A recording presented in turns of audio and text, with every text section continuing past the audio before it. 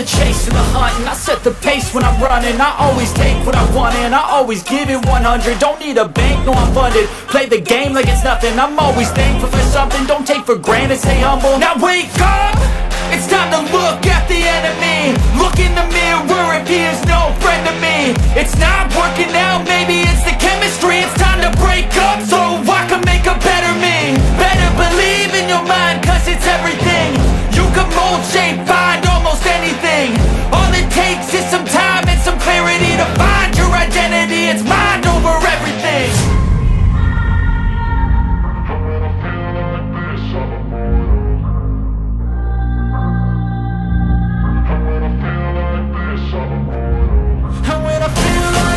I'm immortal. When I feel like this, I'm immortal.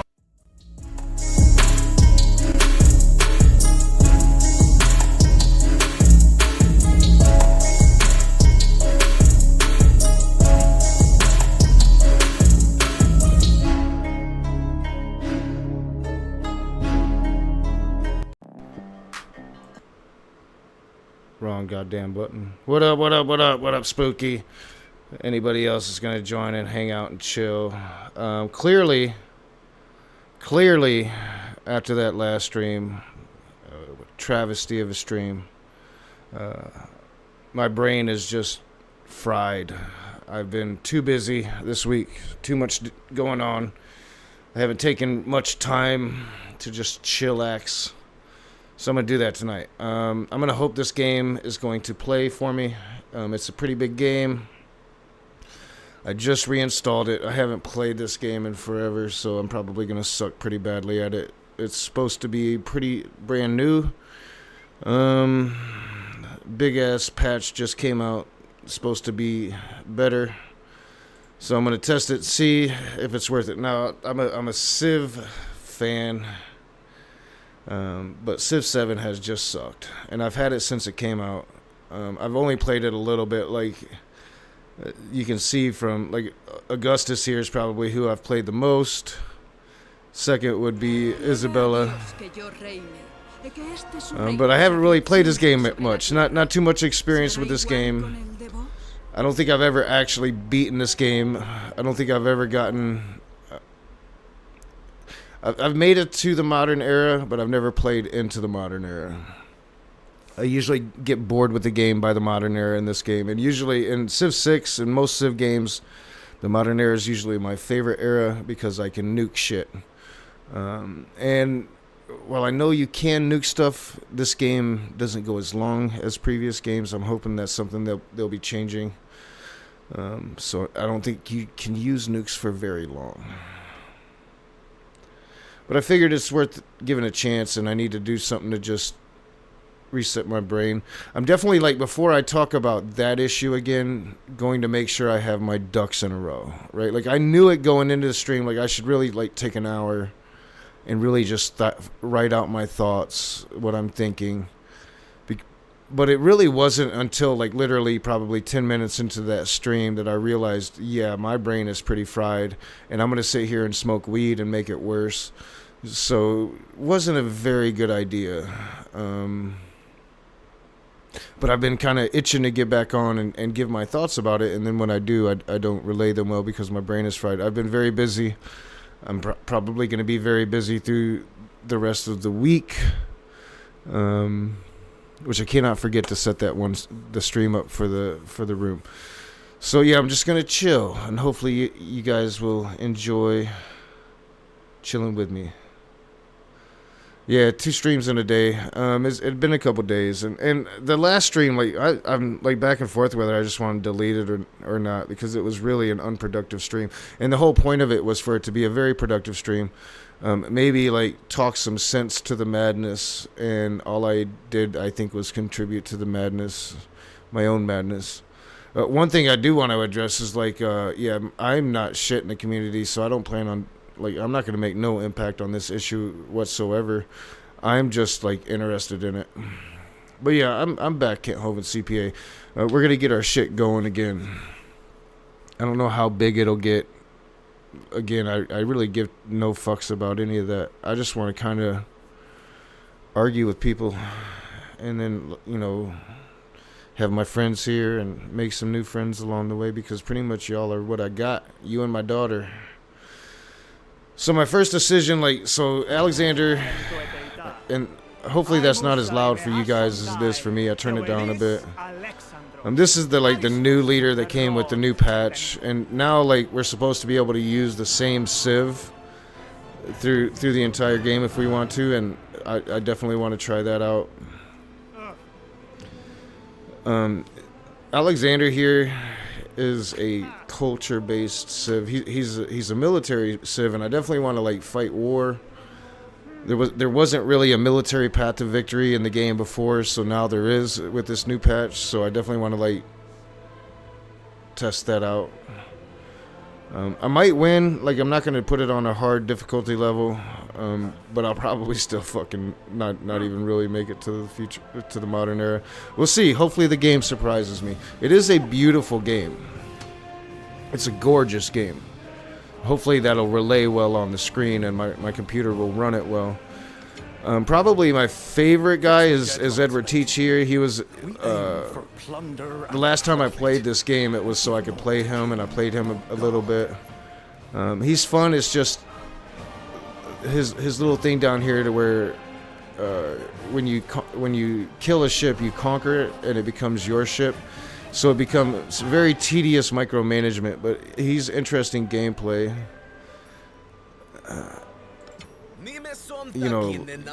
My gut favorite is Tecumseh here. In fact, I actually found a Tecumseh Avenue here in Battle Creek about a week ago, and I want to steal the sign. And now that I said I want to steal the sign, I can never actually steal the sign because I done admitted to stealing the sign. But it is a fucking awesome sign. Tecumseh Avenue. Usually I play with Augustus because he's kind of easy. You don't have to really worry about cities. I like Isabella because of her wonder. Civ, I guess it would be called. These are always the hard decisions for me, and hopefully I'm not going to have to restart a ton. Hopefully I can start it with the right settings to get it going for the new style of play, because you can play the old style of play and the new style of play, and they should have kept it that way because nobody liked the old style of play. Maybe like 2 people in the world like the old style of play. This game has been really, really unpopular despite being a beautiful game, because it hasn't been a Civ game. We're gonna see if this is a Civ game now. I should probably use somebody I'm familiar with. I'm itching to use that. Alexander was one of my favorites in Civ 6. I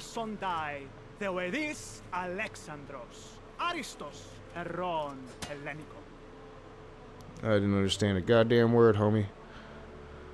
Yeah, the intro is pretty badass. Gilgamesh is another new one I haven't used yet. Plus 2 war support. Influence kind of, I never really care about influence. Who do I want? See, with Isabella you can get gold for your wonders. That kind of works out. Simon Bolivar is usually a favorite. He's not too strong in this game though. Usually he's a stronger military. I think I'm gonna run with Napoleon. It's just like which Napoleon. I think this was the newer one. This is the one that I was kind of working on the last time I was playing this game. And this has an interesting one because you can get an army commander in your capital packed with like 4 units. But that's only if you can get somebody to declare war on you. And I'm not very good at, I just want to rush in and declare a war. I'm not very good at getting people to declare war on me. The decisions. And it's still fairly early in the game life, so there'll end up being a lot more Civ leaders than this. We don't have Julius Caesar yet. Cleopatra's almost always in it. I think she's been in every one. She's not in here yet. There's still a lot more Civs. I would be really happy if they did a Native American expansion. But the game has been so unpopular they can't even release expansions. They're just release free shit, right? Everything's been free pretty much except for like the initial rollout and the first like DLC. Alright. Me rambling isn't gonna choose a leader. Because this is just like the first decision. Yeah, like I play with him more than I play with anybody. What is his? See, sanctions, I don't fuck with sanctions much. That's culture, I don't fuck with culture much. Influence. Xerxes is usually, especially this one's a better war general. Benjamin Franklin is good for science. And then, of course, like the controversial one in the game that everybody always talks shit about is Harriet Tubman. She's actually a pretty strong civ.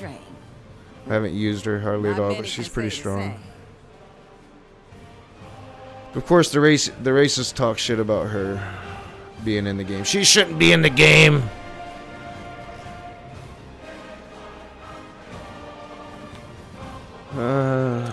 Who the fuck? Who the fuck? Who the fuck? They supposedly made Egypt better, but I hate desert play. I kind of want to go Teague. Blackbeard. This is how fried my brain is. I can't even start a fucking video game, bro. Like, man, what was I thinking? Trying to like do some kind of serious stream earlier. I've been working like fucking non-stop for basically like in a fried economy, in the Trump economy.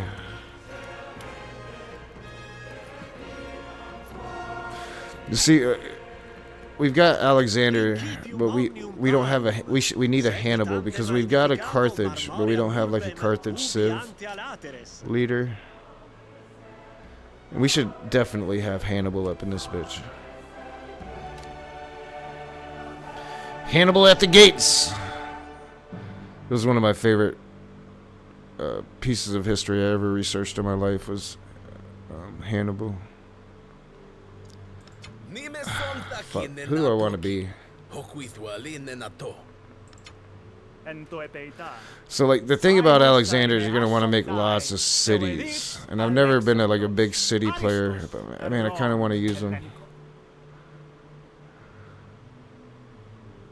But it's all about like building wonders in other cities, and especially at first, like the only gameplay I know is building like a shit ton of cities in a capital, which goes against his gameplay. Machiavelli's another good one. And like the racists, you know, they'll argue against Harriet Tubman, and the same arguments they use for Harriet Tubman they could use for Machiavelli, but they never bitch about Machiavelli being in the game, so you know they're racist.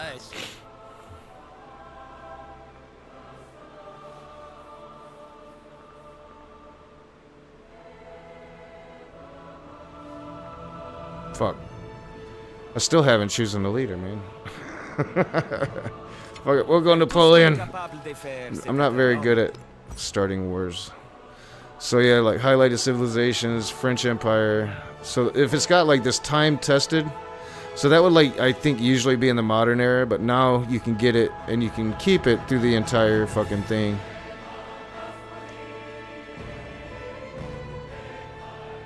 I don't think I want to play the French Empire. And my OCD is going to want me to keep it like historic. But so now there used to only be like a certain amount that you can start with, but now you can pretty much start with all of them. Which is a big change in this fucking game. But yeah, so we're back to the same fucking decision. I don't want to play with the French Empire.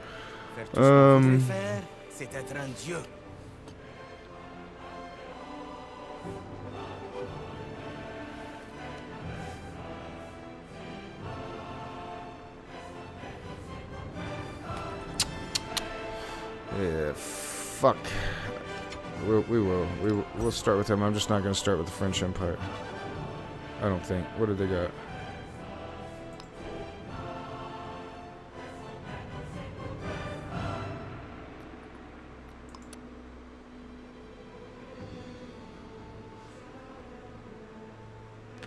It's just like happy gameplay. I'm not down with that.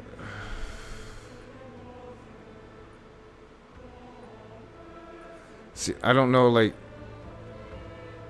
I guess it would be nice to test it, but like, I don't know if I'm gonna like this game enough to really want to like test it to see what's gonna work, what's not gonna work.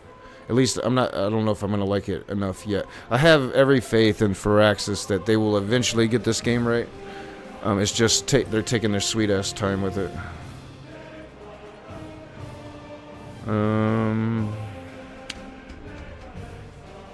Yeah, like that fucking Edward T gameplay is just fucking beautiful. Fix me deadlights, matey.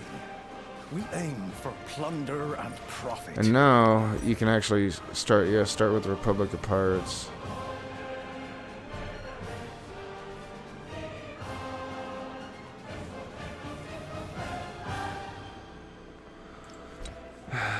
Fix me deadlights. So Genghis Khan is another new one I haven't used yet. 3 combat stream for cavalry units, +5 when in army command radius. Army commanders have +1 movement even when no units are packed into them. Once per age, army commanders can use the convert independence action to convert adjacent independent military units to your control. That could be interesting. You'd have to use that at the right moment each age, and you only get 1 shot at it, so you'd pretty much want to be surrounded in your radius. That could be useful. Yeah, we're going to try Genghis Khan. It wants us to run with Mongolia.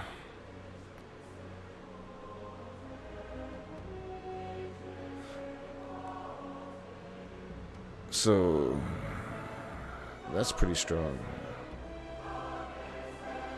So when you capture an opposing settlement, gain the strongest cavalry unit you can currently train. That's nice. -50 production towards training settlers. That's really nice. Yeah, I think we could run with Mongolia. It's got a gold improvement, but not much for like buildings. Not much for buildings at all. And that was like kind of the good thing about switching civs. That was like one of the only good things is you can get like a lot of different unique buildings. So a ranged unit has +1 movement and heals 15 after defeating an enemy. Counts as a cavalry unit. So it's a cavalry. It's a ranged cavalry unit. That could be interesting. But I don't think I would have access to most of this until the actual exploration age. I'm not sure how that's going to work. I'm not sure about it. I haven't even really looked at this patch much outside of like, there's been, I think, decent reviews of it.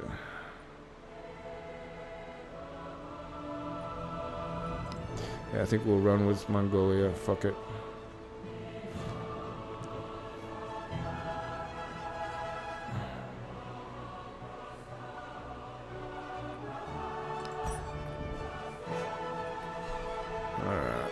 So hopefully, I can't remember the beginning. I don't think I've ever actually played the beginning difficulty of this game, so I don't know how easy it's going to be. I don't want it to be too easy, but I don't know dick about this game anymore either, and there's a very good chance I'm going to get like pawned.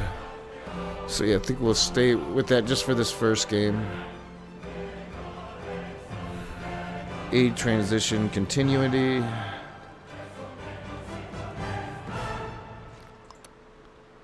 So regroup, reset your empire. No, see, that's the one that I like. Alright, yeah, so I think we're gonna, I hope I got this. This is like a different setup than it used to be. So time tested allowed, Apex only. So yeah, so this, in this mode you can run the same civ through the whole game. Alright, so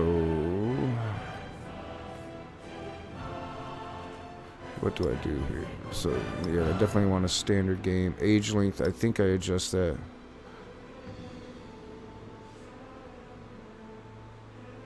Yeah, I think we want longer. Yeah.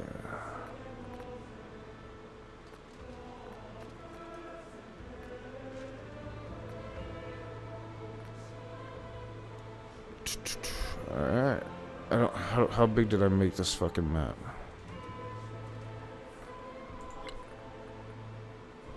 I don't think I made it very big. I don't think I want it big because just to see how the game is going to act.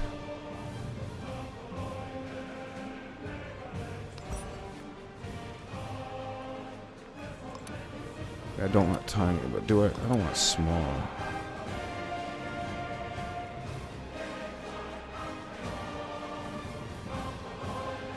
Yeah, we'll just go standard. Okay.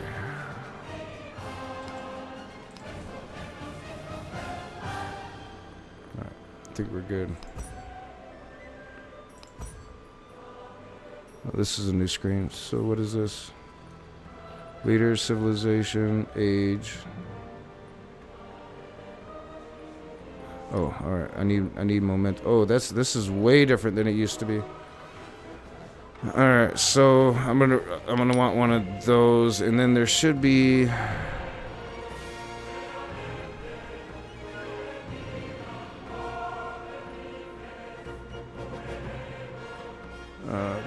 No, it's not that one.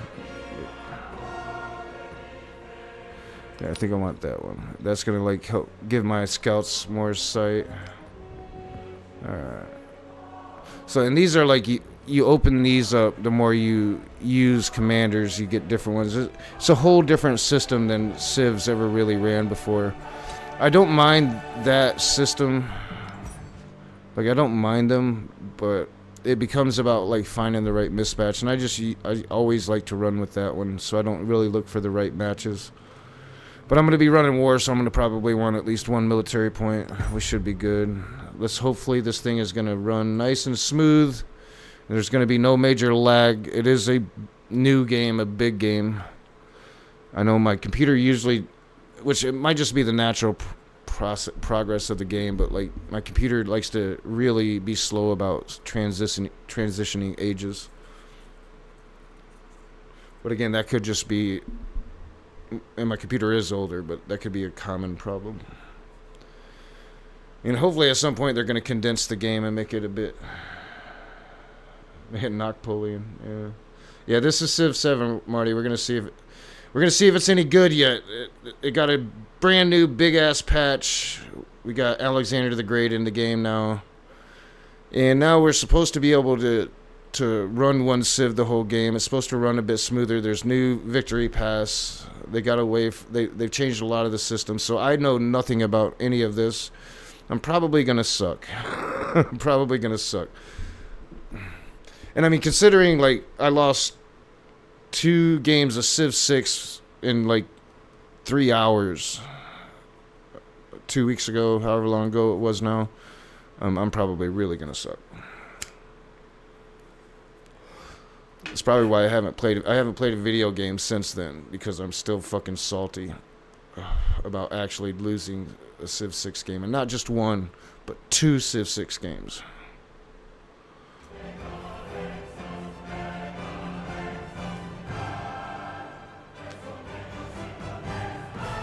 I haven't tested this to see how it would stream, so I don't know how it's going to stream.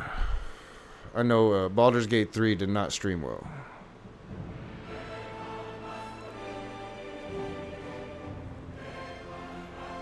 I don't remember it taking this long to load, but it could have. Oh yeah, it always does. Temujin, but the world knows you as Genghis Khan. So that's the new like comment narrator.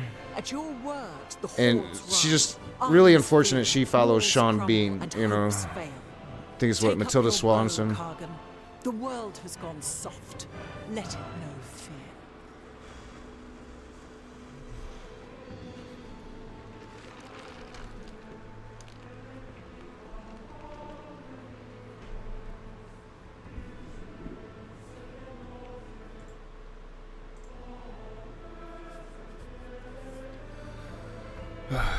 Probably, man. I think the last day off I took, I didn't play any video games at all. And usually, like, video games is what it takes for me to stop thinking about shit. Otherwise, I just let my brain keep running nonstop, and I become like I was today and all scatterbrained. And I haven't really meditated in the last couple of days. I should probably fix that situation. It's probably another reason my brain is all fucked up. And the weed. Probably the weed has something to do with it. Yeah, it's gonna take a while to load. Let's just hope it loads, no problems. We got a lot of shit running. If there is gonna be problems, I'll throw on some Civ 6, or I was thinking about like starting a Skyrim run. It's been a long time since I played Skyrim. But I'd have to install that too, and I'd have to probably uninstall something, because now I have like, I don't know, quite a few massive games on my computer. I usually don't like to keep more than like 2 really big games on my computer at a time. It's probably a me thing. It probably doesn't really matter, because I've got plenty of space on my D drive. My problem is my C drive, and I put all my games on my D drive. So it looks like, let's see how it's looking. I want to just like, I don't really see much lag. Hopefully it's going to be clearer for you than what my playback is showing me. It usually is. Now this is a beautiful game, so like a lot better detail on everything than Civ 6. A lot more realistic looking.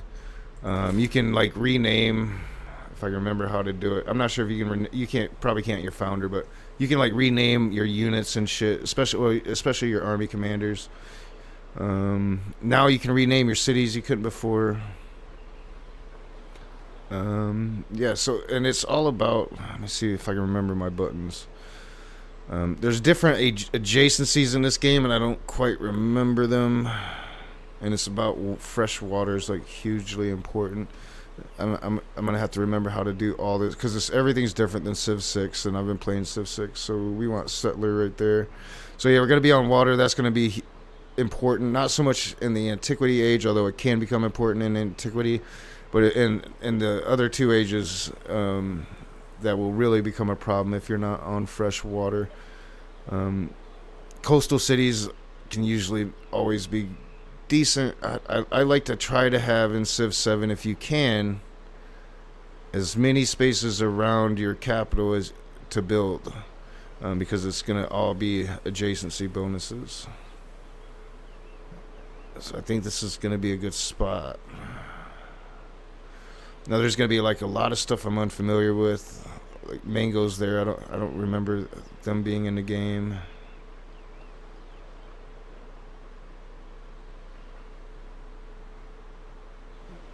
It is a much better looking game than Civ 6, so yeah, I think this is going to be a good spot for us. So everything's a bit different. We should automatically, yeah, I believe we'll automatically get a scout.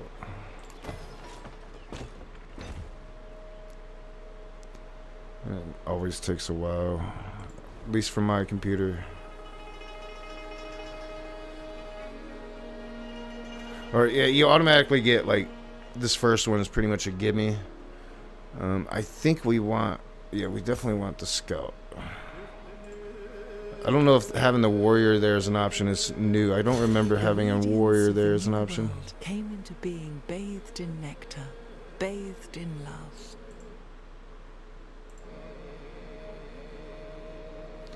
You always lose at Civ 6?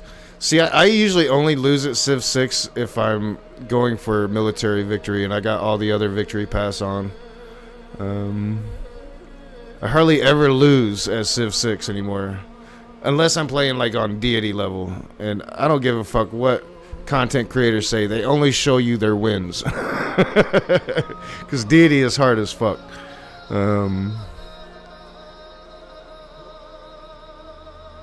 I have a feeling like if I took this game all the way, I'd probably lose, because I have no idea how to even achieve victory pass. Again, I've never played into the modern age in this game. So I've got my scout now. I'm trying to remember, like, the paths are just so fucking convoluted in this game, in this iteration of this game, and it doesn't look like they've done much to clear it up. And I can't remember the correct paths. It's been a while. So I think like if I want to go war, I'm probably want to go near the bottom. Like I'm definitely gonna want these units down here.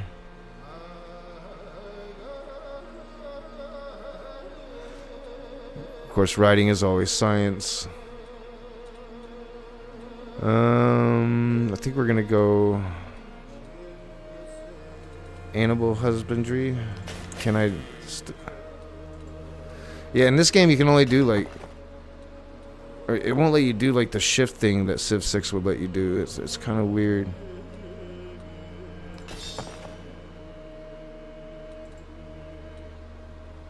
Yeah, it's fucking weird. So I guess that'll be good.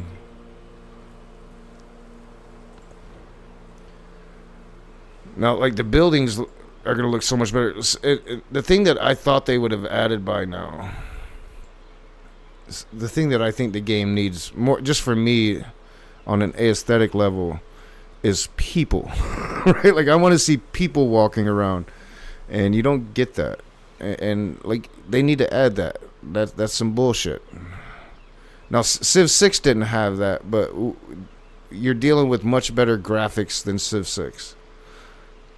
I want to see that.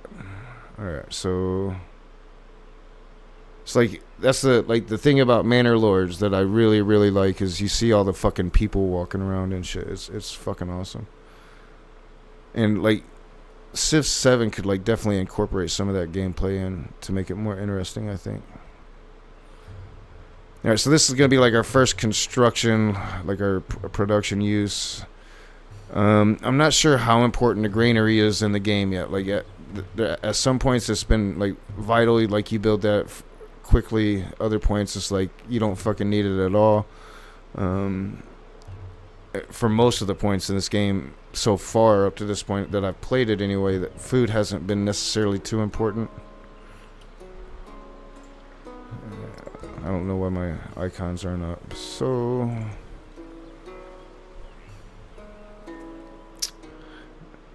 I know, like, and usually as you're exploring, you're gonna, like, you could really catch some hostility fairly quickly. So I think I'm gonna go warrior. No, actually, I'm gonna go another scout. Yeah, another scout. Run 2 scouts. Which is another thing, like in Civ 6, I would have never done in a million years. I'm not a scout player. Like, I don't believe in using production to get scouts. But in Civ 7, at least, it used to be, like, vital that you have 2 scouts. So I'm going to assume it's probably still that way. Now, these little goody huts, they actually highlight them for you, and those are going to be very useful. Kind of a different utility than you're used to in Civ 6, Marty. Different way about building your cities out. There's not districts anymore. I mean, there is kind of districts, but they're not like there were in Civ 6. Mines are usually important. Of course, you know, that science right there could be very useful. But mines for production.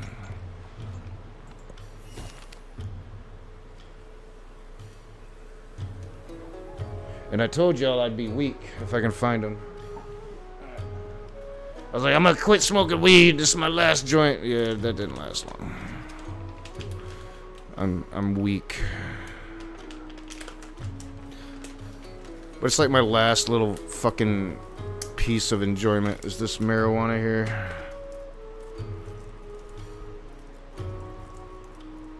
And usually I'm working all day, so I don't have much time to actually smoke.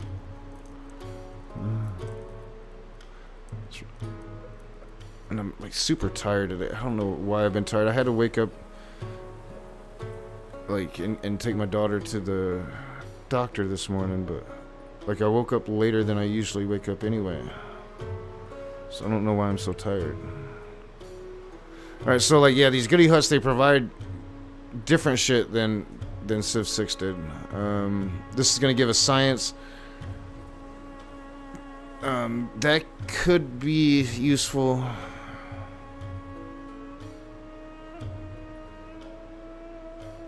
Yeah, I'm gonna go with that.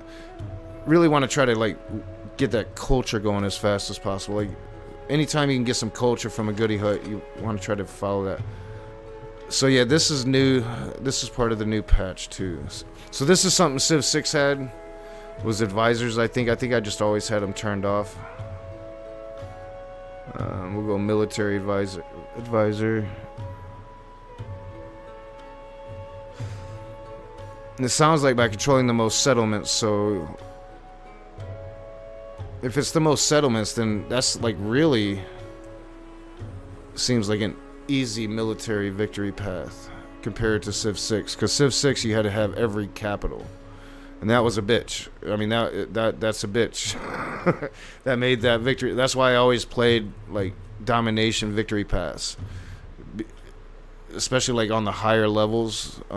In Civ 6, if you play a domination victory path only, everybody's fucking attacking everybody, man. It's fucking beautiful. I love it. It's my favorite way to play Civ 6. So yeah, we're gonna go with him.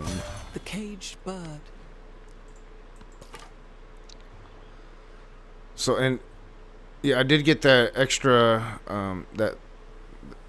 that quirk at the setup for scouts, and that pretty much gives me like extra views. So this button right here is like, no, that's not it. Where's it at? Is that it? That might be it. Let's see. Yeah, it's that. So that's going to open up a big chunk of the map, and it wouldn't open up nowhere near that big chunk of the map without that like totem I had gotten. It's not called a totem. It's been like, I can't even remember the terminology of this game, but I'm you know, like I played it at first, and I even got in like some arguments with people at work that it was better than Civ 6, and that was mainly just me being impressed with the graphics, because it didn't take me long, but like this game fucking blows. So I just haven't really played it very much since its rollout. I got another goody hut up there. Sorry, these are like your I guess what you would call barbs, and they're also independent city-states, kind of meshed into one thing. This one's going to be aggressive, right? So like they are going to attack me fairly soon, so I'm going to have to start building some defense against them.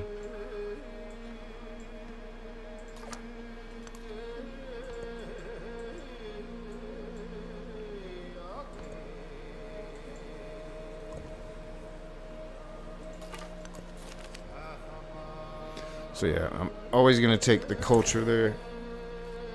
That's going to bring that down a lot more quickly. Yeah, this is what I needed. I'm not thinking about that shit anymore. It's been all fucking week, man. I think my big conundrum is I don't, usually like I'm going after Christians, and I don't know, I don't like the fact that atheists are fighting atheists, but we always fight each other.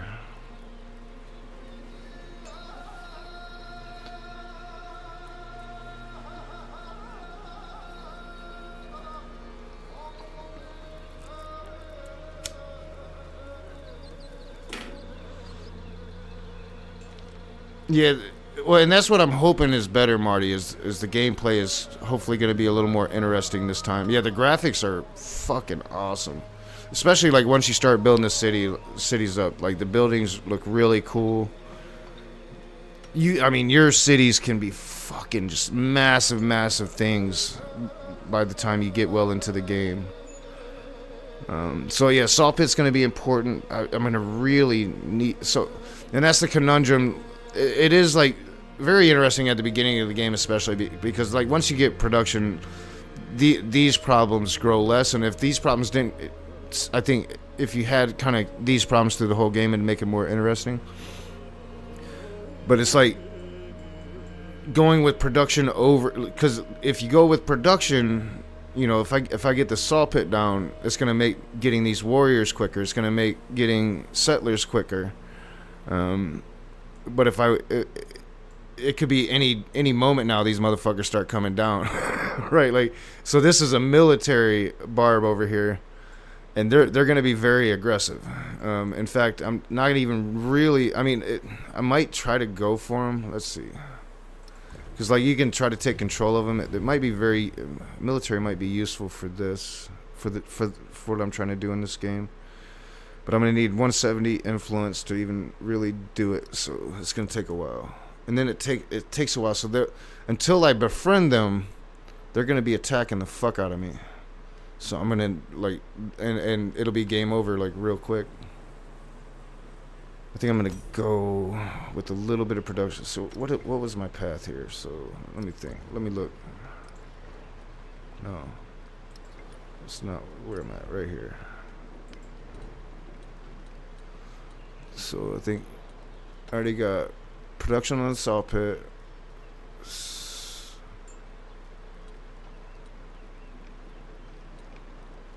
This is. Why did they change that? You used to want to get that right away. That doesn't look so important now.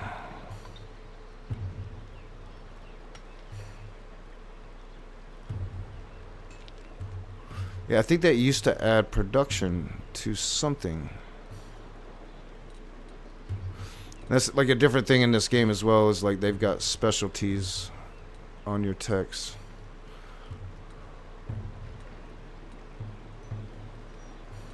So yeah, saw pit, and then up here is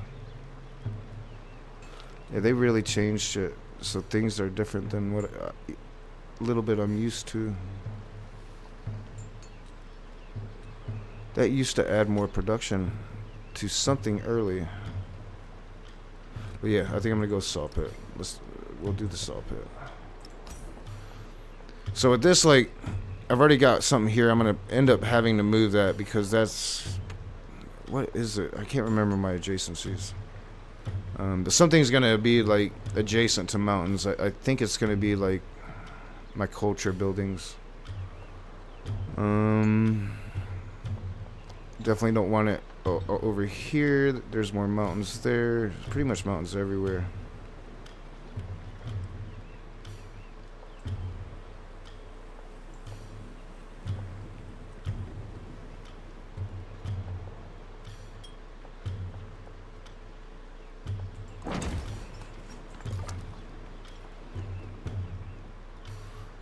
I don't know if I like putting it there, but oh well. Alright, so I got my second scout. I'm going to send him down this way. And I think that's it. So yeah, and if you take away the icons, like, the graphics are fucking great. And then there's like some areas where you'll have little waterfalls in your city. It's just like the detail. Like even like the oceans compared to Civ 6, like the waves coming in, it's just so much better. So yeah, if they can get the gameplay down and make it interesting gameplay through the entire game, like I can totally see this game like surpassing Civ 6, Civ 5 even maybe on every metric. But it's just gonna be a process getting to that point. It's definitely probably not gonna be worth really.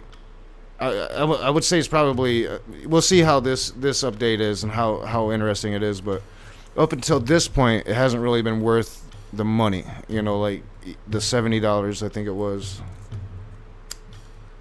And then I think it was like $30 for the first DLC. So I think I've got like $100 in this game, and I haven't played $100 worth of game.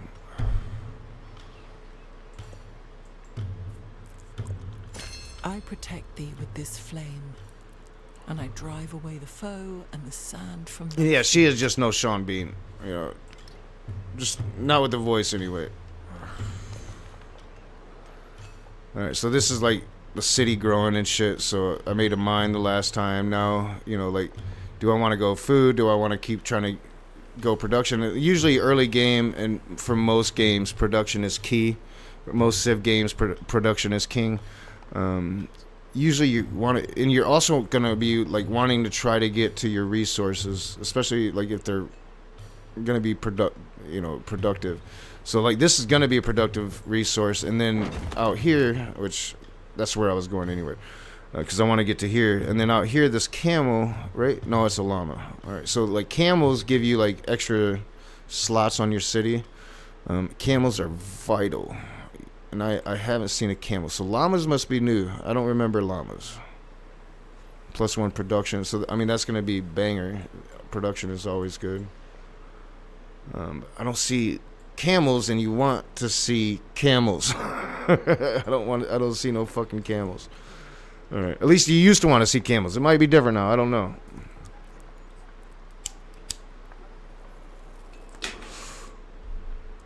All right. So this is our first Civ. All right. So you're gonna have like different Civ trees, and I believe these will change with every age. For your Mongolian, for your unique civs, we're probably gonna start here. I believe mysticism. I think I want to go discipline because I'm military. I'm gonna want to try to get like down as much as I can on one side of this. Like, you know, like up here, the oracle can be important. Like this is all culture up there,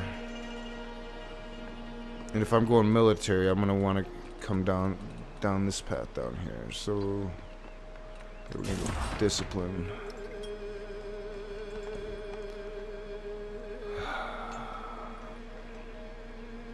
So before, man, this is different. I don't remember it being like this. So before, food just did not matter this early in the game. So I'm not going there. Like that, I don't remember science being antiquity. I could be wrong. I haven't played it in a while. I think we'll go culture.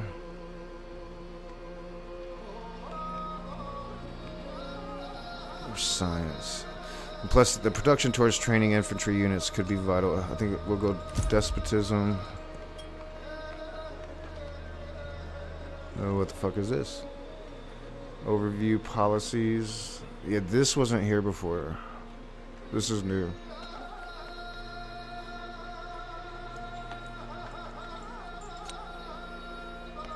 Alright, we'll go with the production. Production is king. That's like a rule for every Civ game, so I'm just going to assume that it still applies in Civ 7. Production is king.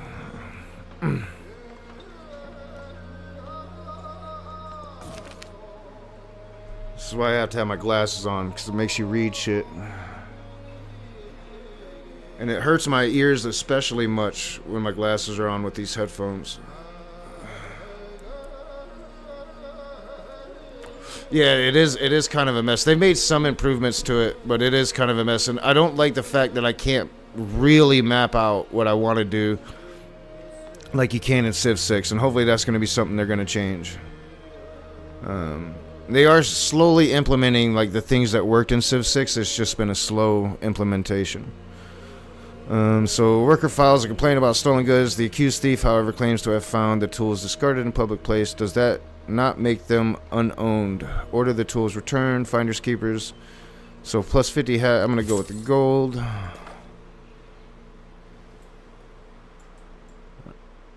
Hopefully he's gonna leave me alone. It looks like they've been going this way, so there's got to be more land over here. Yeah. What happened to my fucking dude over here? Like, get your ass to work, bro. What was that? Oh yeah, I forgot about my military point. So, war support is usually pretty fucking important. Oh, but like this early, especially with that dude up there, probably gonna be attacking me. I'm gonna get that +5 combat strength against independent powers and city-states. Get the fuck away from them. I don't know what that noise in my ear is. That's like a new noise, and I'm not sure what it's trying to tell me.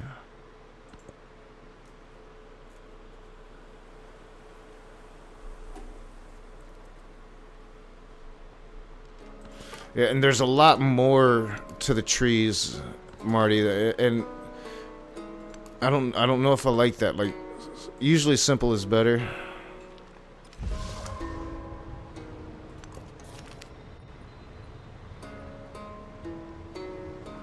So, Temple Complex has fallen into despair. Its best efforts, the foundations are too unstable, and the acolytes won't leave their shrine behind. Devise a way to move the shrine safely, which would take away like the 50 gold I just got. Leave the acolytes to their problems. That gives me 30 culture. That seems like a no-brainer. Like, lose 50 gold or gain 30 culture.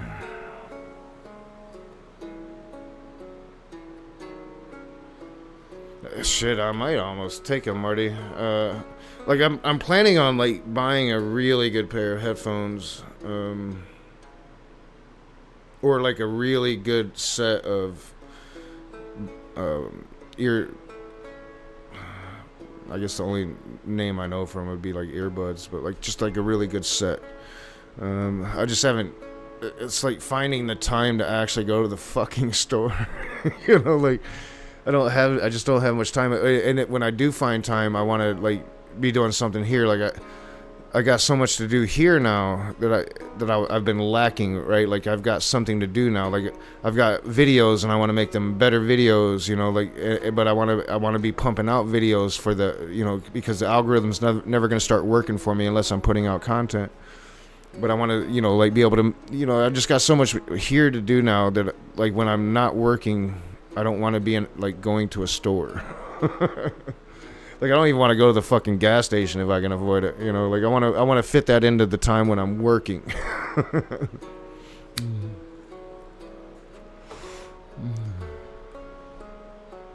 Yeah, I will, Marty, for sure. And then again, like my favorite headphones I ever had were like PlayStation headphones. They were like $100. They were better than like any other pair of headphones I ever had that was more expensive. Like I've got some big ass ears, you know, and I've got like these really weird things in my ears. Like most people don't have it, I don't think, but like they're like these little knobs of bones that stick out like in my ears. And it, like when I have headphones on them, it pushes my ears against the knobs of bones sticking out. It's on both ears. I don't fucking know why. Like everybody I've ever asked about it say they don't have knobs of bones sticking out behind their ears, but I do. And it becomes really annoying when I'm wearing headphones.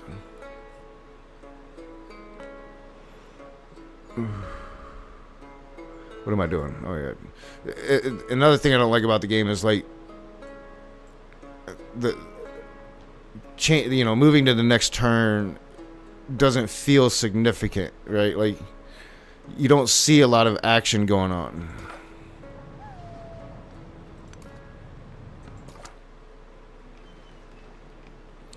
So I think they need to improve the feel of moving turn to turn, which I don't know why he keeps coming up here. Like obviously I brought him up here, but he keeps coming up here.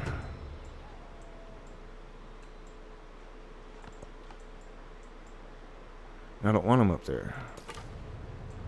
Like with any Civ game, although this one is like especially kind of takes longer to get anywhere. But it does make it easier. Like with army commanders, you can put, I think, 4 units in an army commander. And I think at some point you're going to be able to put even more in. It's just not in the game yet. Because it appears like they have slots for 6 units, but you can get 4 units. And so instead of moving 4 units, you can just move that army commander and you're moving 5 units.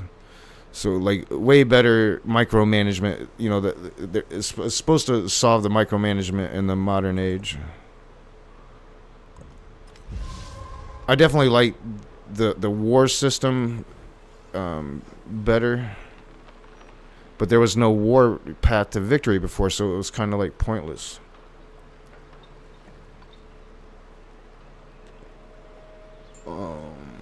So I now have my saw pit.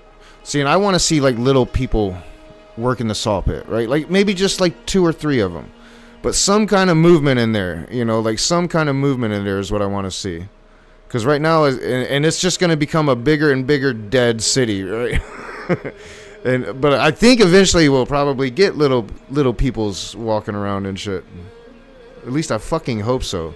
Because like with the graphics, the potential for this game, like you could make a beautiful strategy game.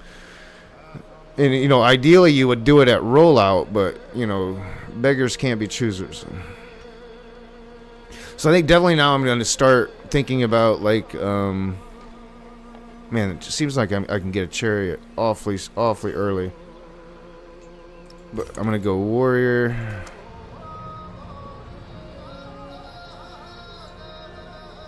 See, and I haven't been utilizing my scouts right either, so I haven't been opening up as much of the map as I could be. See, like here, you just want to move one spot, or not even. Man, it's not letting me move like I should, but it's because I'm in jungle. I want that. I didn't even see that there before. So yeah, so one spot and then open it up. That's the best way to utilize it. See, like the ocean just looks so much better than before. There's yet to be a true Earth map, and that really sucks. Like, did they just attack? Oh no, they attacked me. Like, I really like my true Earth maps. Yo soy Doña Isabel, monarca de estos reinos y señoríos. La reina acierta de Isabella's usually a pain in the ass. La reina es Unless you're playing her. cierta. She's a fairly strong civ. She get natural wonders are her bread and butter. We're gonna go neutral greeting. I don't want to spend any influence. I want my influence building because I want to befriend these guys up here. Or maybe even, and they're actually a bit closer. They're gonna be like actually probably my bigger problem.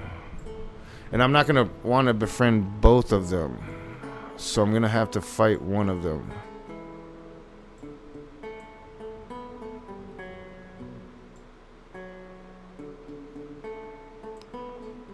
I'm just looking at where I'm gonna be putting my cities or my towns, because I should be probably close to starting to build settlers soon. And right now I can only have 3 right now.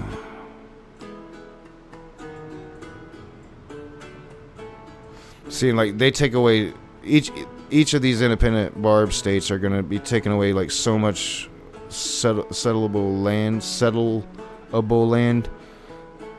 Can't say that word. There's some words my big fat ass lips just don't let me fucking say, and it drives me insane. And it's not like even my lips aren't even really that fat. I just got in a fight, and if you've ever been in a fight and you like really cut your lip, it never fucking heals, not right.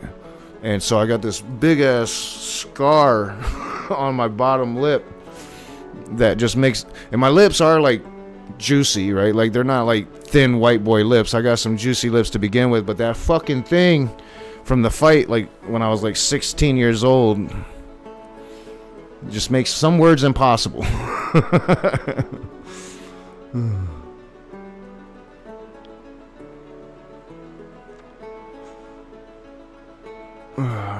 So I'm definitely gonna be settling there, I think. I mean, those resources are fucking banger, and I would have, yeah, I mean that gypsum is, I'm definitely gonna be settling here, so I'm gonna want to fight these guys probably, and that would open up a little bit more up here. I don't have much settleable. I don't even know if that's a fucking word.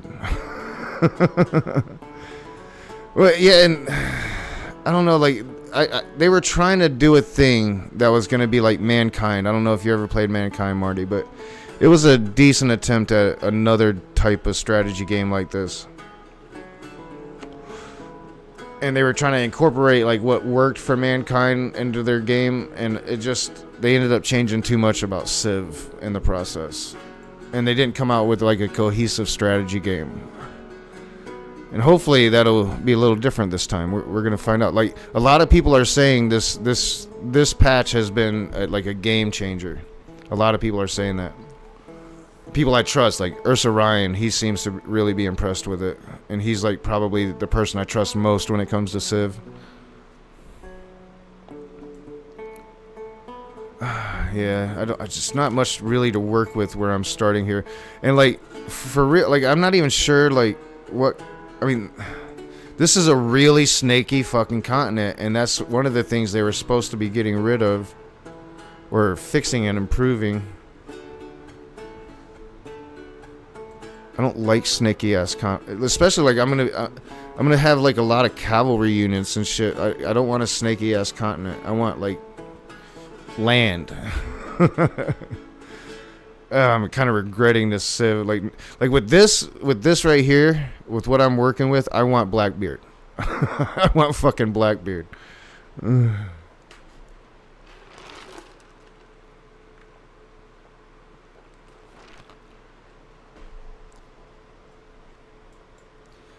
Alright, what am I doing? I don't know. I know I'm going after that.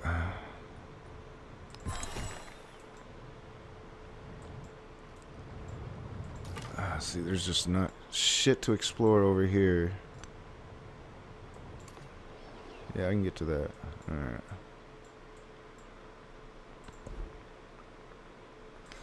So yeah, like always before I just go straight into Masonry 2, and it just doesn't seem like it's worth it right now. I'm not going to be fortifying any districts right now. And I don't need the codex.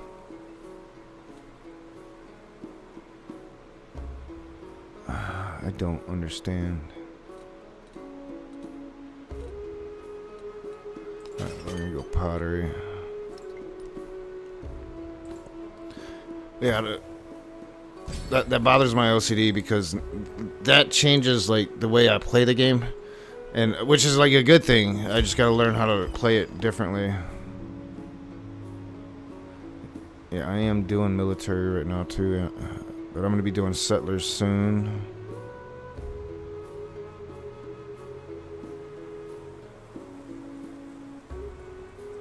Man, I just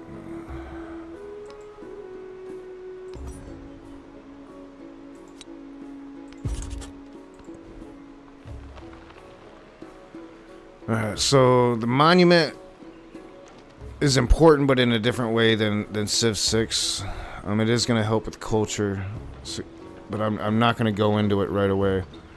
I can't do... Yeah, I think I got to be at 5 population, so in like one turn I could do a settler. I should have my first military unit now. We're going to move him out. I definitely want to go ahead and grab a slinger. And then we'll do our first settler. I want to get those 2 settlers out as soon as possible. I want to get those... they're not cities, they're towns. I want to get towns running. And those towns are going to like boost my city.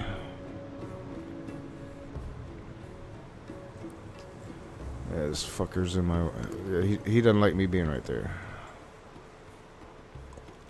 Do nothing which is of. So that civic was done.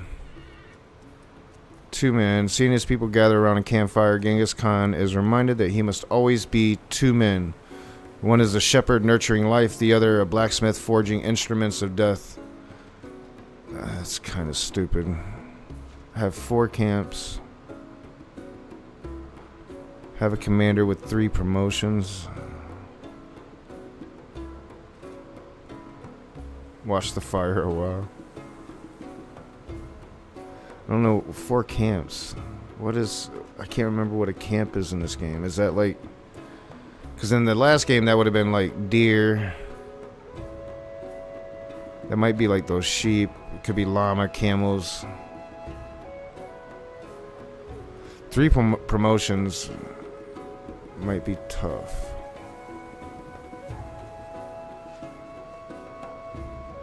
So these are like quests, right? I cannot do anything and just get like 50 happiness, or I could try to get 3 promotions on a commander, which means I'd be fighting, but I'm gonna be fighting.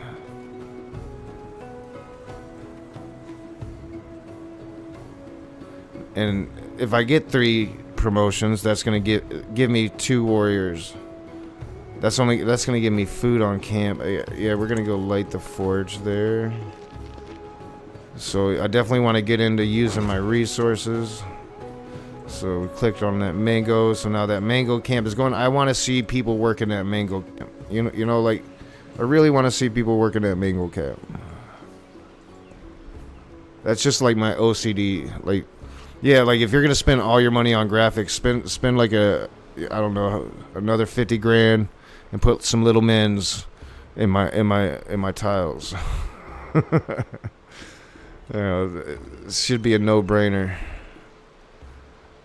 Alright, so civs are like kind of important, and like choosing when to cut up here is also important, because you want to get this shit in. It's going to give you a settlement limit. It's going to usually give you a lot of things. It's really going to help your civilization. I'm not going to get into it quite yet. So code of laws is usually important. This is yeah, it's going to give a merchant.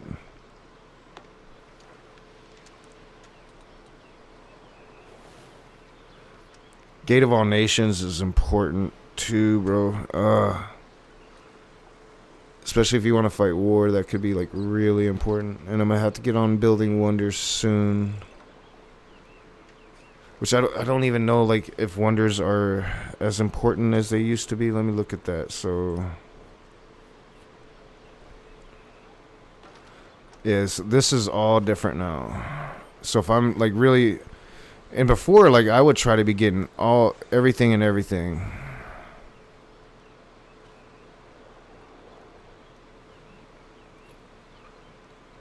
So, I'm not sure. So, culture. It doesn't tell you what you need to do. Oh, yeah, there it is. So, 10 points when at least one tile is improved. 4 points, so wonders. 4 points in antiquity. 8 points in exploration. 12 points in modern. For what?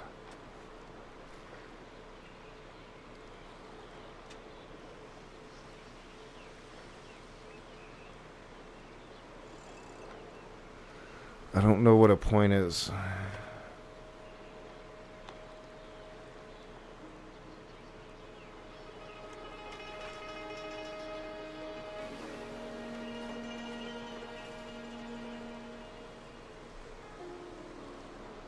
I probably should have read the patch notes, because yeah, all of this shit is new. So like wonders used to be like really, really important, that you built a shit ton of wonders, and I'm just wondering if it's still important. Military, I'm not sure. So what's the point of military? It's awarded to a leader when they achieve military dominance against all other leaders. Each settlement you control is worth 4 dominion. Settlements can be worth additional dominion as well. So original capital plus 4 points, distant lands plus 1, capture plus 1, capture from ideological opponent plus 2. So ideological opponent, that's not just religion, it's also politics later in game.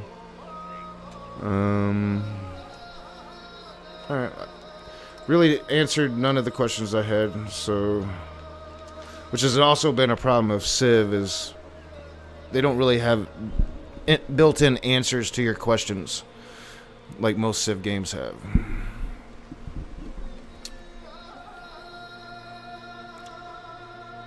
Oh, do I? Yeah, I've already got a... How did I get an army commander already? I didn't build one. Oh, it was part of my... Alright, yeah. That happens, okay. I'm like, what the fuck? Not everything's new, Nock. Not everything's new. Alright, so this is the army commander. He's basically... she didn't really have a name yet. I can give him a name if I want. But right now he's just an army commander for Genghis Khan. Now, like this dude, if I can remember how to do it, add it to commander. Yep, now he joins, and I can have 4 of them. Instead of moving two units, I just move the commander. It's a much improved system over Civ 6. The war system in general, and especially like naval combat, is a lot better than Civ 6. So there's improvements in certain areas for sure. Oh yeah, so still got to make this decision. I think I was gonna go and go for the Gate of All Nations. All right.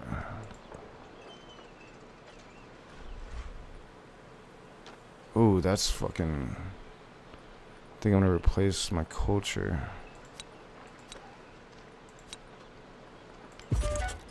Yeah, so that'll really improve opening up the map.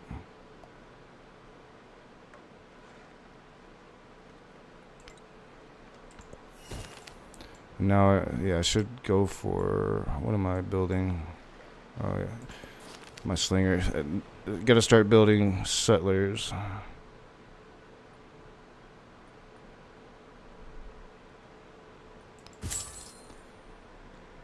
It's been cold in my room all day and now I'm sweating. I need to get my fan closer.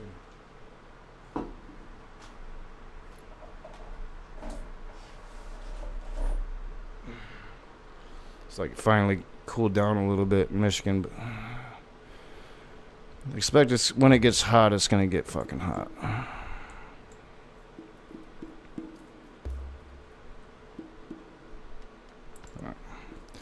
So yeah, and the progression is a lot slower.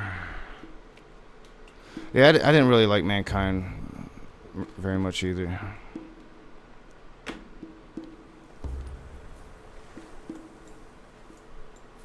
I mean, they tried. And there was like elements of it. I like the like uneven terrain element of it. But yeah, I never really got into it too much. In fact, I still have it, and I just never really played it very much. It was a waste of money. And I don't usually do that with games. Like this and Mankind is probably the only two games that I got that's so far has been a waste of money. I mean, you could argue Sims 4 is a waste of money just because it's so fucking expensive to have everything, and I pretty much have everything in that game. I think there might be a couple packs I don't have, but I spent like well over $1,000 on The Sims 4. It's like fucking insane.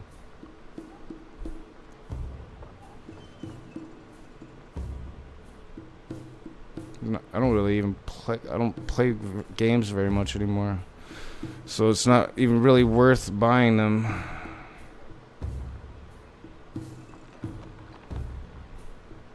Oh yeah, settler. My brain just isn't functioning well today. The land is always stalking people. Alright, first natural wonder. Usually doesn't take that long. The land looks after us. The land looks after people. Yeah, it's unimpressive narration. But I've been listening to like Sean Bean for how long have I had Civ 6? I haven't had it the whole time it's been out. I was late to Civ 6. But I think I've had it for like 6 years.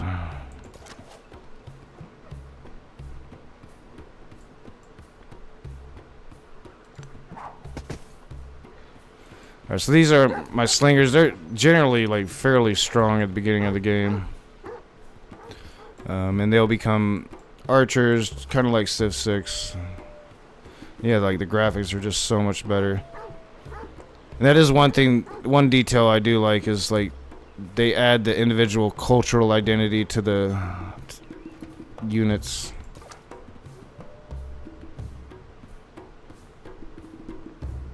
So we're gonna heal him up, although I got a warrior coming up. Yeah, see, they're getting aggressive already. They're leaving me alone.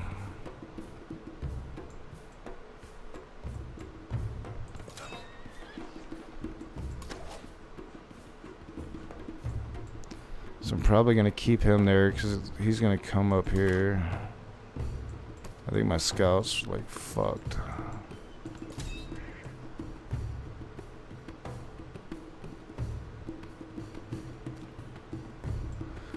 And I could definitely start befriending one of them. I have to decide which one I want to befriend.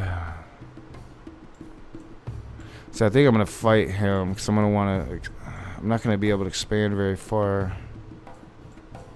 I don't have much room at all to fucking work with here. And that is depressing.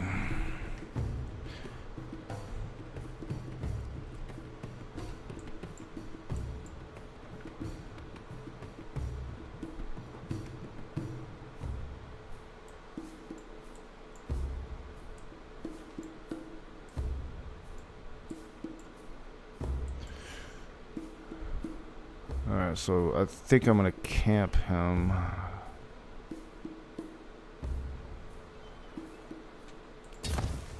Oh, and I forgot, yeah, like you can actually, so it was like a button you could push in Civ 6 to fortify, but it never actually worked.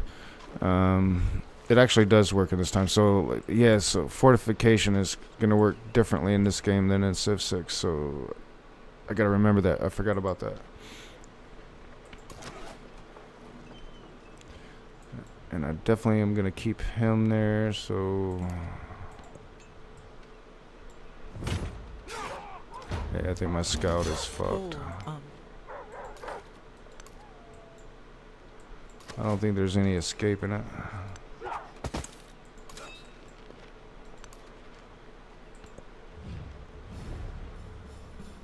Charlemagne. Ich bin Carolus, Charlemagne geheißen.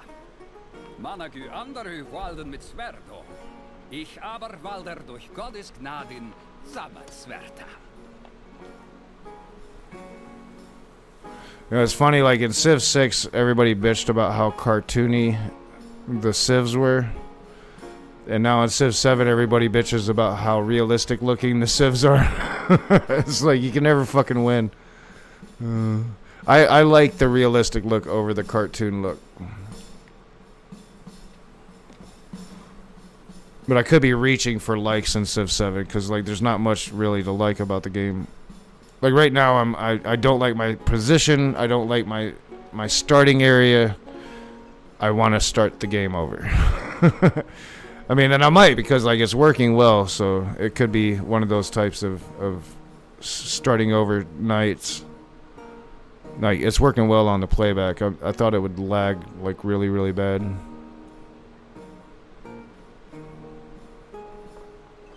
I really don't like my starting position at all.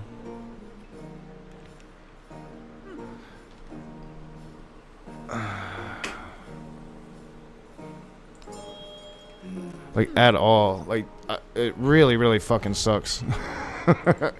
It really, really fucking sucks. Like I don't have much leeway to form strong towns.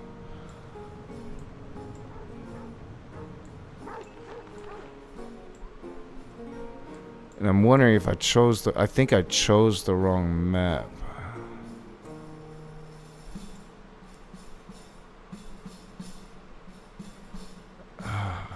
Yeah, 'cause I think I am gonna start over. I don't like this start. And I want to look at the maps, because if I'm remembering correctly, there's a right map, and then the rest are wrong.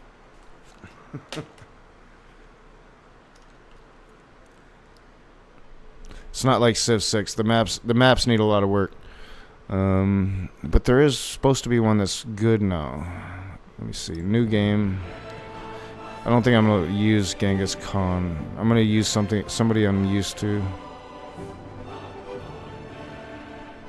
We're gonna have to deal with all those slow start shit, but hopefully we're gonna get a better start this time.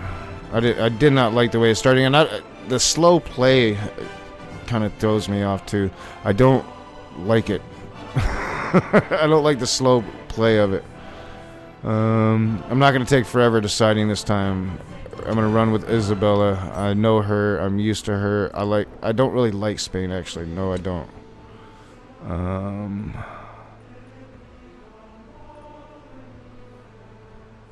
Yeah, I don't like Spain. I mean, Spain is a decent sailing.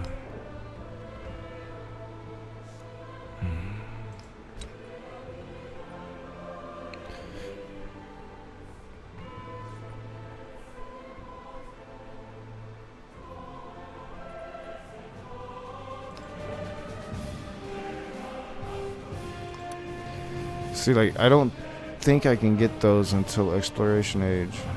Is it available in the Exploration Age?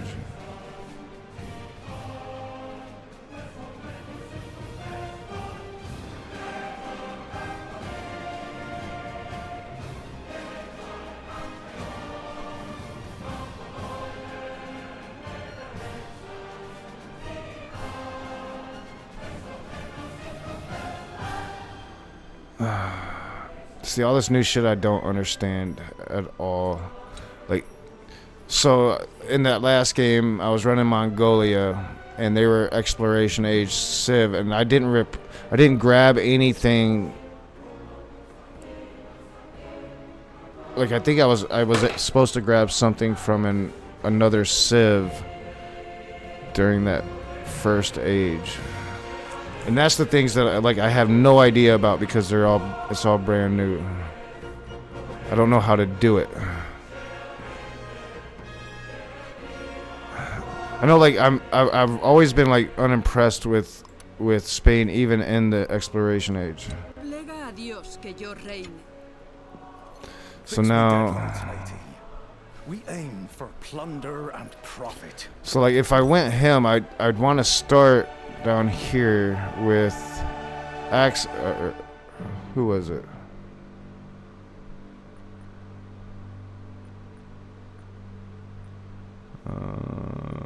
Where's it at? Tonga. But then I'd want to probably go into the. See, like, you cannot train settlers. That I never liked that. Fix me deadlights, matey. We aim for plunder and profit. Alright, so the thing about Augustus is he's very strong. He's a capable military. He only likes one city. Like, he wants a really strong capital. Fuck. Like, I'm not gonna take forever. We could go to Kamsa.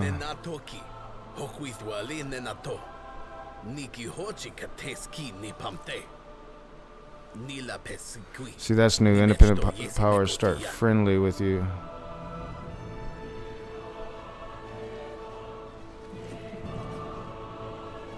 He's like my favorite, just because he's Tecumseh. We're gonna try Alexander, I think, and we're gonna start with Greece and just stay with Greece. Well, Greece is like a culture thing. I don't usually play culture. Cities other than your capital with a wonder get 10% production and culture, so I'm gonna want to try to like build a city really quick, so I can start building wonders in it, because that's gonna become like important. I don't know how to use this, dude, so fuck it. We're gonna try it. Alright, so we'll go Greece. Alright, so I did not look. So the map type.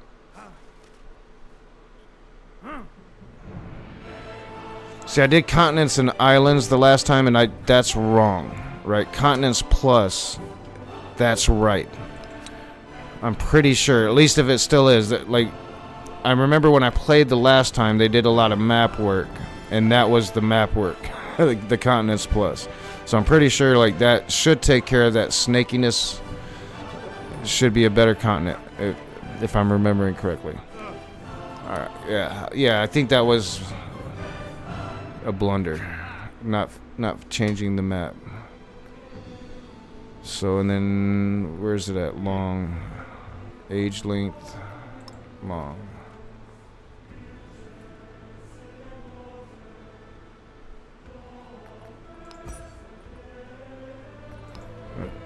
You know what we can do to try to like maybe give us a little extra room. Let's take out 2 players, and hopefully we'll all have a little extra room to play with. Yeah.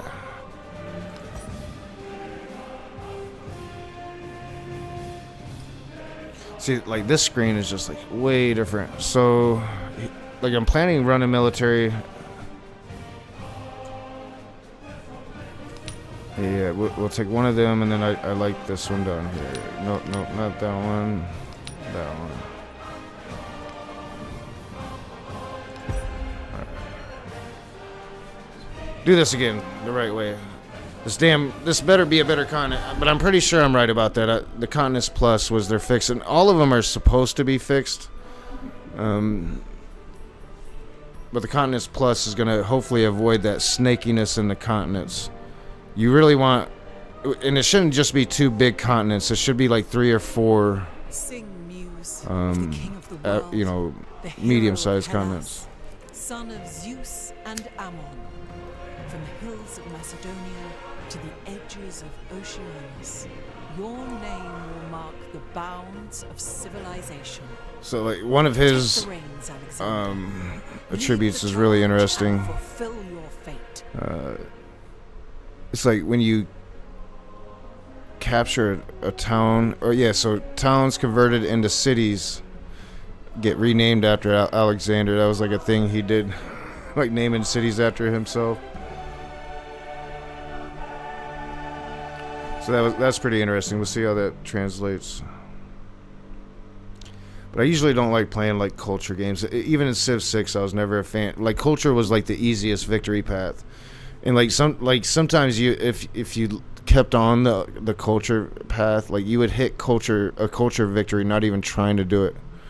It would aggravate me when that happened. Like I wouldn't be happy about it. Like I won the game. No, it seemed like like cheating.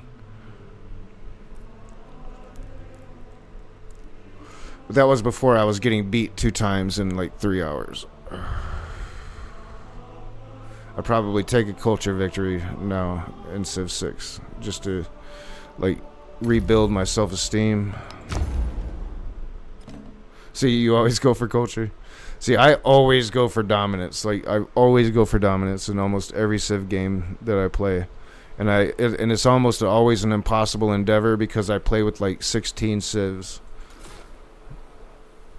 Which you can't do that in Civ 7 yet. Although I think that there are mods that let you do it, because I think I've seen Ursa Ryan play really, really big Civ 7 games. But even like Ursa Ryan Civ 7 streams are kind of boring, and he's like, I never get bored watching him play Civ. He's like he's brilliant. He's brilliant.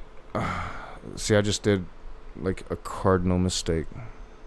And I don't like my start anyway. We're going to be restarting because I'm in Tundra, but you never move until you check your fucking shits. See, I was where I wanted to be, probably. That gypsum is always good. Man, that is kind of banging, but I hate being North Tundra. There's an actual restart option now, so you don't have to like do all that mess again. There didn't used to be an option to restart. Sing Muse of the king of the world, the hero of And Hellas. so any Civ game, like you usually want to make sure you got the right start. I actually had a decent start there, but I accidentally clicked my button and moved 2 spaces, which ruined the game right from the start. Kind of lucky I did that. I really don't like northern starts. I don't like tundra starts.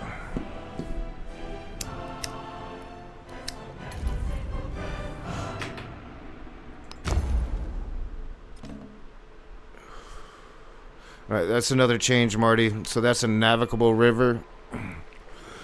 Excuse me. So when I'm building boats, these kind of rivers like this, your boat can actually go up. They're a bitch for a starting location. And actually, this one might not be a navigable one because I can actually, like, build on it. So yeah, that's just a regular river. But they do have big rivers that your boats can go down. So actually, that is a pretty good spot. So I got 5, but the gold, so 4 to start. Plus 1 gold and happiness in all settlements. Gold isn't too important early. Hardwood, improve here to get woodcutter.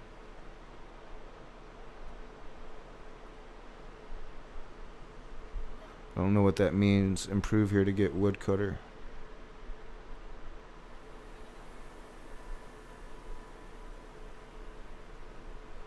cheap as... I mean, it could be worse.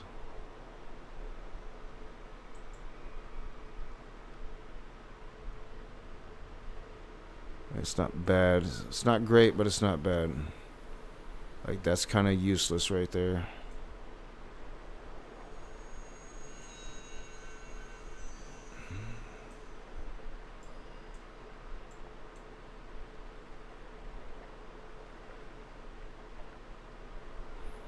So, especially when I'm looking at, so like when I'm building a harbor and I'm gonna want to like a lighthouse, and I'm gonna want to put like probably I think it's bank. Can't remember my adjacencies, but like I'm gonna want. Usually, you want hopefully a good fucking tile like this one right here. So if this is water, you would have 3 tiles right here of water. But there's a mountain there, unfortunately. So in here, you only have 2. Here, you're probably only going to have 2. And I can't quite remember my adjacencies for this game because I haven't played it in so long. I know they're different than Civ 6.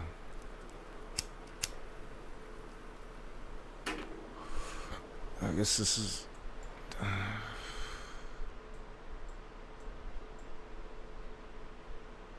yeah, this is going to be it.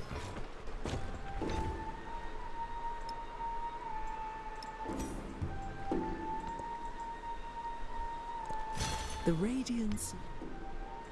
So Greece it's a good culture city, and I'll be able to get like my improvements here in the early age, and then like in the next stage I'm gonna have to really figure out how to pull from other civs to improve the civilization, because that's how they're making it work, to have one civ through the entire game.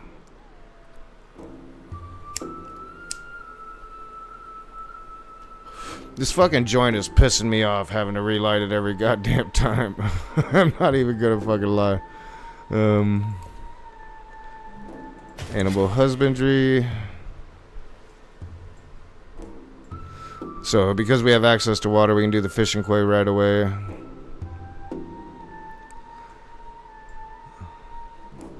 gonna do another scout. Actually play the game right. I haven't been opening my map up right, and I don't know how to play the game right, but I'm gonna try to play the game right.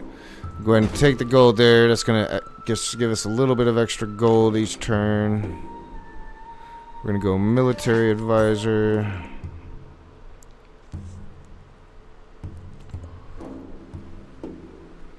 Alright, we'll try to actually get into it. See, and why, I don't know why he did that. See, now he's just like, I hit the wrong button there. So that's the button I want, not that other one. This button. Alright, so we want production. Production is always king. Yeah, we're gonna want to get to that hardwood.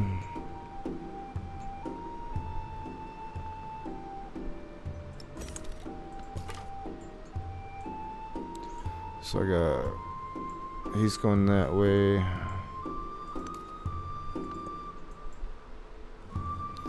Ooh, that is new. The iron wasn't in the game before. At least not that I remember. I don't think it was. So +1 combat strength for infantry units. Max +6. So yeah, that's gonna be vital. I want to get down. Ooh, 1, 2, 3. So I'm not gonna be able to get to it. I want to settle down there so I can get my hands on that.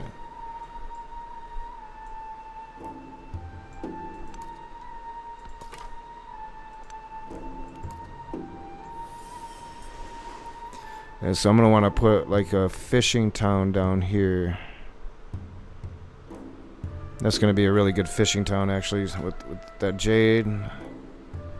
Some production. Yeah, that's gonna be a good fishing town. The caged bird watches butterflies. With Already a better start than the last one, and nowhere near as snaky you know, like, I hate snaky continents. Like, even in Civ 6, I just never liked... I want a lot of land. I want some land. Which in this game, there's a lot more water in this game than in Civ 6. I think masonry next.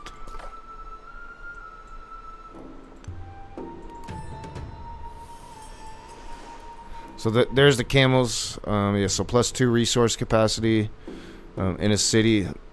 I'm definitely going to want to settle up here, and hopefully in a manner to where I can get both of these camels. I mean, that's great. I like seeing I always like seeing camels in Civ 7.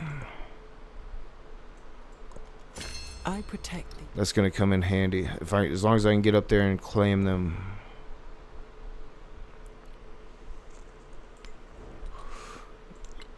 So their Civ tree is going to be more like culture based, I think.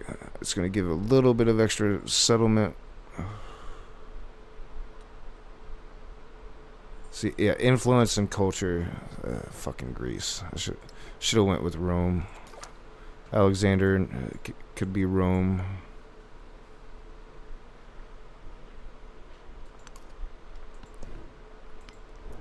Yeah, I actually got to choose my path. So, just same as before, I'm planning on fighting, so I'm going to want to do military. And yeah, discipline there, it gives you that first free commander. I forgot about that.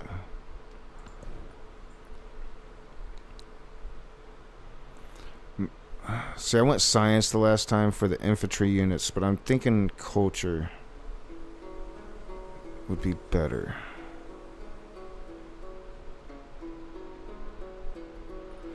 I mean, oligarchy. So, food is kind of useless, but 30% production towards constructing buildings could be really useful.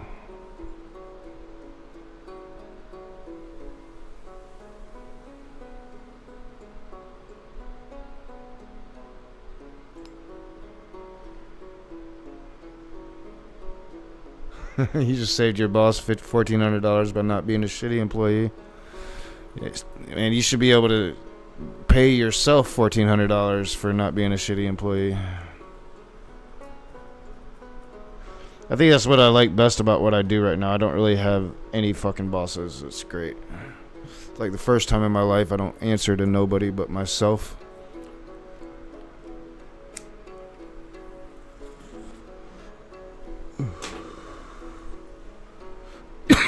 But I do kind of miss the structure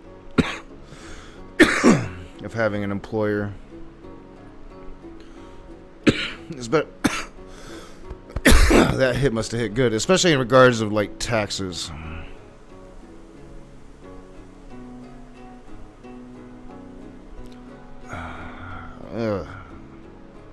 See, like I want to hit that just for that fucking building. I'm going to be building a lot of buildings. That could become really handy, but like wonders are fucking... No, yeah, I think we'll just do science, fuck it. It's like usually my natural inclination in Civ to like go heavy on science, and I'm just not sure how important it is in Civ 7. It should be important, I'm just not sure how important it is.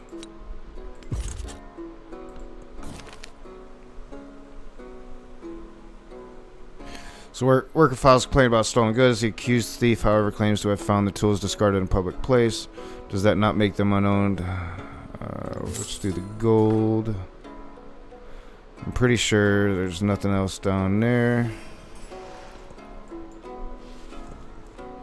So I'm going to get him, like, probably... I don't know if these would be connected, but we'll want to see...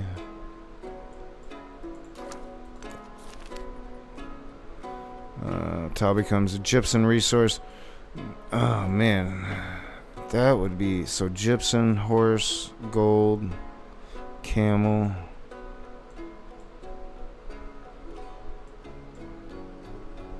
I'm gonna take the culture. Alright, so I finished my first military unit.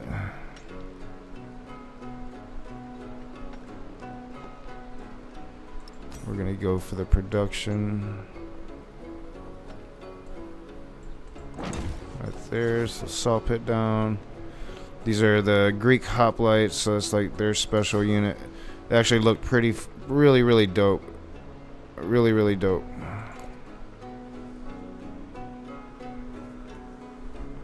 And there is a way, I gotta remember the way to like turn it. Yeah, there it is. So there is a way to turn the camera.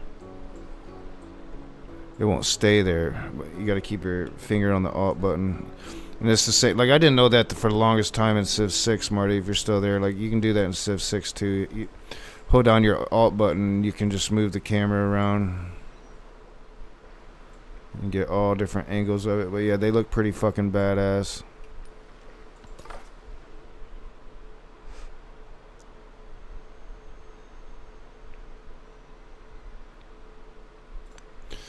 Now, when you're doing like your scout trick, I'm not going to be able to see over these mountains, so it's not like worth doing it there.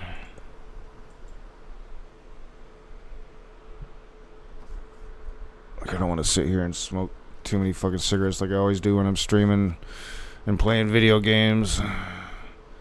It's like it's what I hate most about playing video games. So I'll sit here and I'll just smoke and smoke and smoke, and then tomorrow I'm waking up and it feels like I got like this heavy ball of gunk in my chest because I sat here and smoked twice as much as I would usually smoke.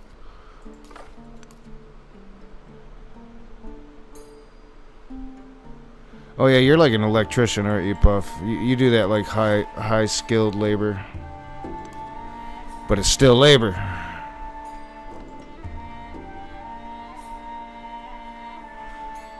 I don't think I ever want to not be labor.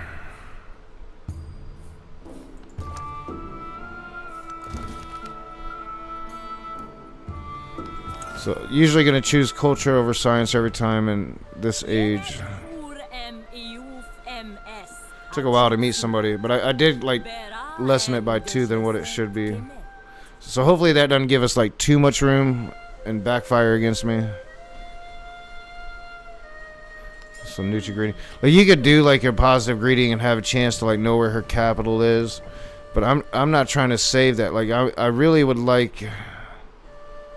There's like some barb camps are better than others. I would like to come across like a good barb camp to befriend, because there's like really good benefits to befriending the city-states. Alright, so it looks like this might come, I don't know. It's a weird continent. A lot of water. Do nothing which is of no use.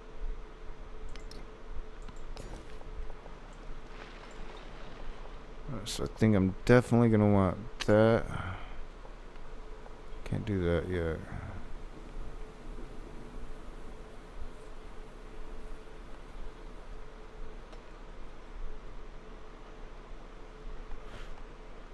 So the production is towards naval units. It's not like the most useful for me right now, but we're gonna take it. See, I woke up this morning, so like last night, usually like I go to like bed to like thunderstorm noises or something, but for some reason last night I went to bed to some random player playing Skyrim. It's probably why I woke up wanting to play Skyrim today. So yeah, I went to bed to that, but when I woke up, it was to some random player playing RimWorld, and it was the first time I ever seen that game. And yeah, that game looked interesting. It looked like really basic graphic-wise, but the concept looked interesting strategy-wise. So that might be a game that I'm gonna check out. It's RimWorld. I mean, I caught myself like instead of like watching anything valuable, because usually I'll change whatever's on. Playing when I wake up to something valuable like news. I usually enjoy news in the morning. I sat here and watched him play that fucking game for I don't know, a good half an hour. It was pretty interesting.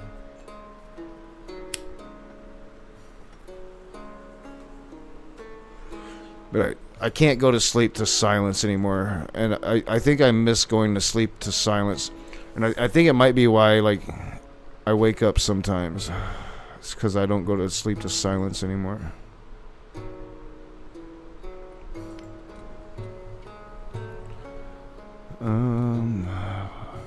Yeah, so it should be rather easy to get wonders because of the difficulty level. Again, I just can't remember how sophisticated the AI is in Civ 7. And I never played it on deity level ever, so I don't know how brutal this AI can get. But I think Gate of All Nations is either one that's going to go fast or it's going to like be around at the end. I'm going to probably want to fight a lot of war. I'm just not sure how soon. But I'm probably going to want to try to get to it as soon as possible, and that is a really good wonder. So I'm going to go ahead and go for it if you're going to be fighting war. See, I wonder why I only have one slot here. I think I'm going to stay with the production. Yeah.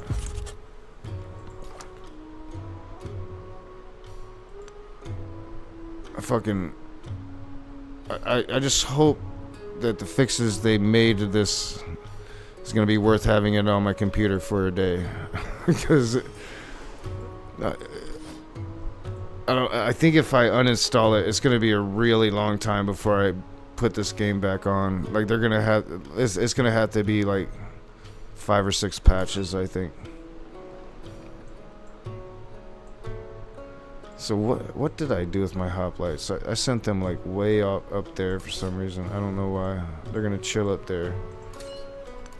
I don't have like any barbs around me. This is like really surprising, which I'm not sure what's up here yet. I should have explored that.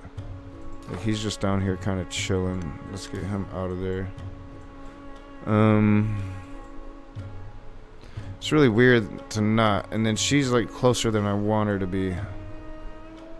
I'm probably gonna like try to take her over fairly quickly if I can.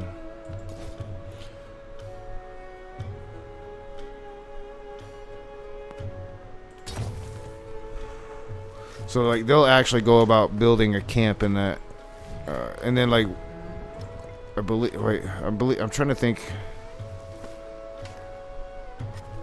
So if your commander's fortified and they're inside it, I believe they rest as well.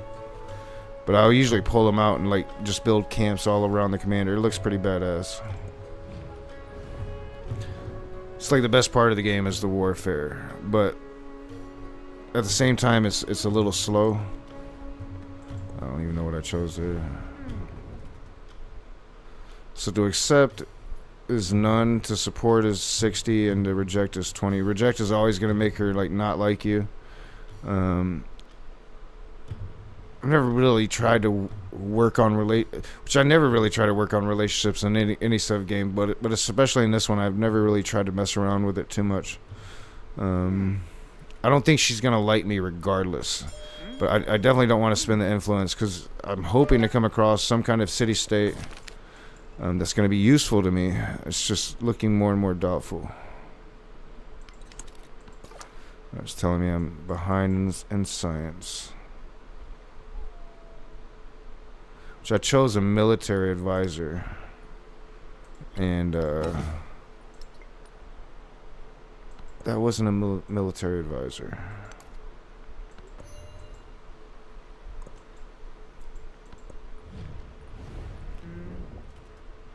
See, it does, like, the constant banter gets fucking annoying as hell. I don't, Civ 6 doesn't do that as much. Although Civ 6, when it happens, it's like a lot all at once. Like you'll get niter and you'll like get your first 2 sources of niter, and then 6 civs are asking you for your 2 niters that you just pulled out of the ground. It's fucking annoying as hell.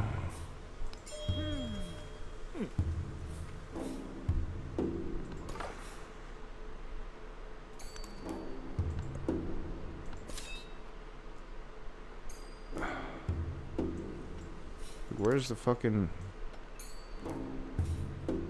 Oh, he's right there. He's like right in front of my fucking eyes. Alright, so yeah, little camp now. They're fortified. Little details Civ 6 just didn't have.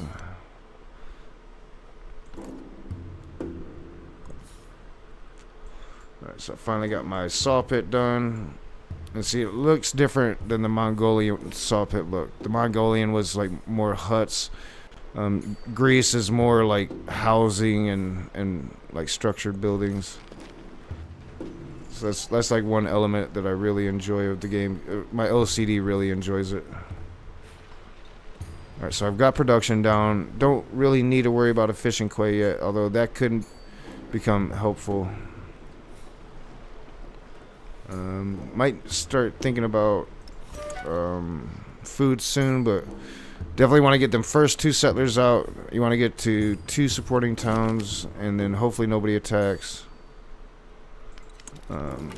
While you only have like one unit to protect.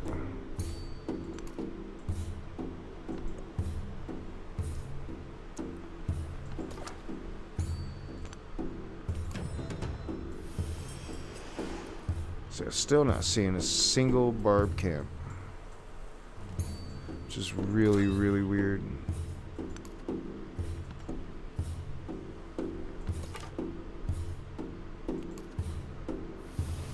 Alright, so that's just nothing.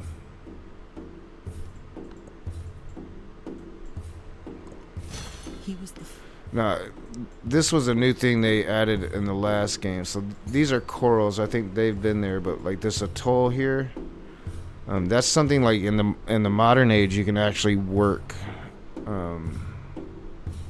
It's something new they added the last time I played this game.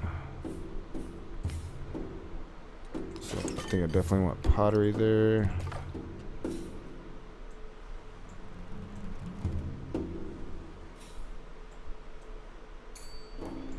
Yeah, I'm gonna just have to get fucking rid of. I'm gonna have to take that over this age, I think.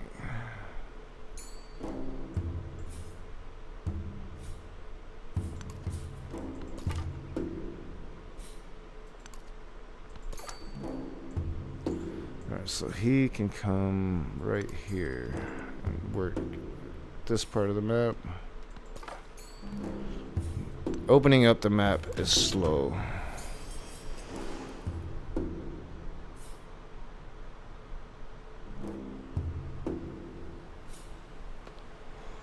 I was like, don't starve. I'm not starving. I just ate dinner.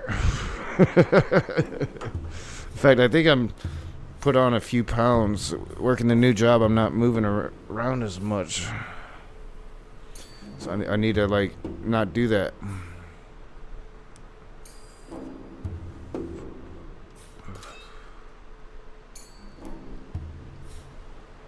Fortified there. There's really like no threat to me at all right now, and that's like kind of odd for Civ 7. So I got my first settler done. Go ahead and go right into the next one. That's gonna be 6 turns. I want him, like, this is gonna be a banger town. But I want him to be able to hit, like, this is probably gonna be the best, so I'm gonna have 1, 2, 3.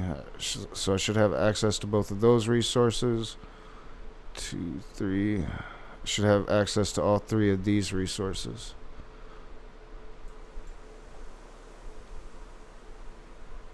That is a little bit farther away than I want it to be.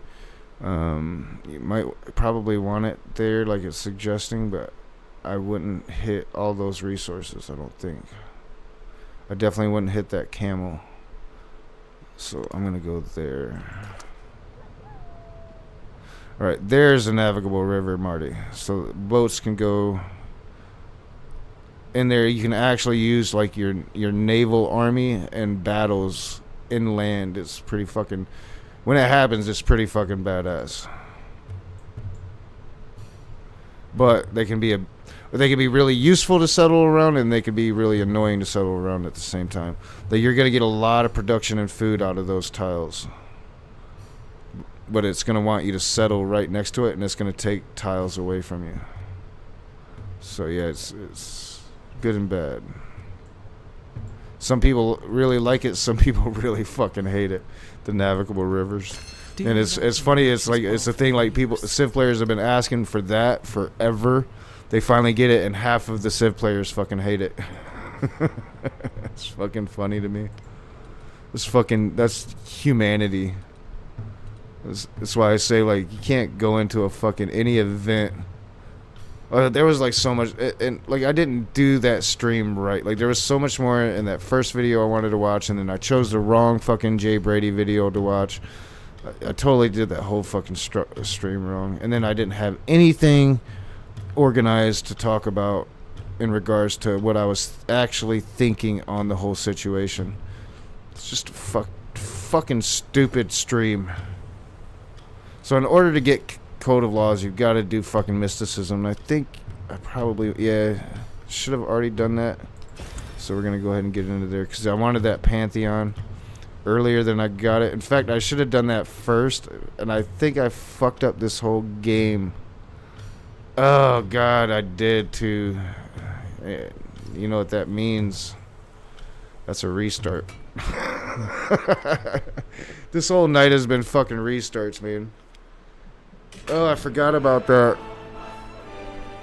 Sing muse, Oh, I forgot about king of that. the world, the hero of Hellas, son of Zeus. That's and stupid, because Ammon, that's like, it's like that in Civ 6 of too. You Macedonia, want to open to up your the edges Pantheon of as soon as you can. Oceanus.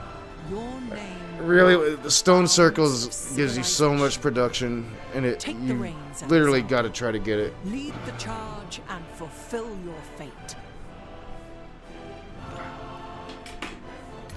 My ears are hurting too much for the glasses.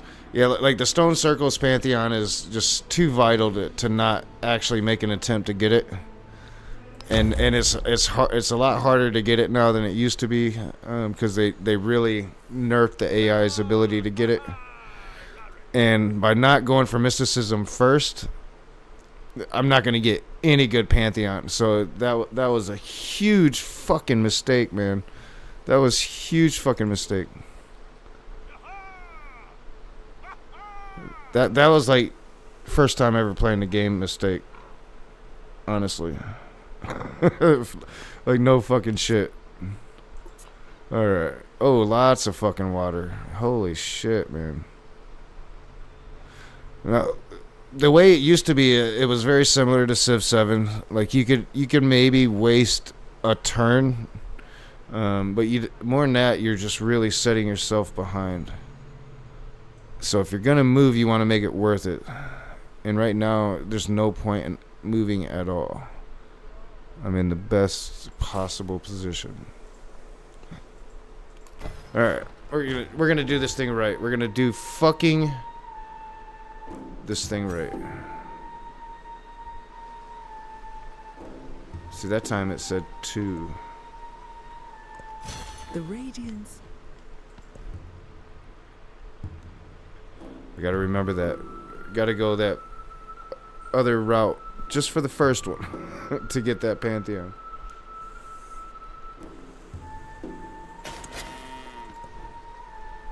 I really don't want to wear my glasses, but it makes it hard for me to see. I know what I'm doing. Kinda.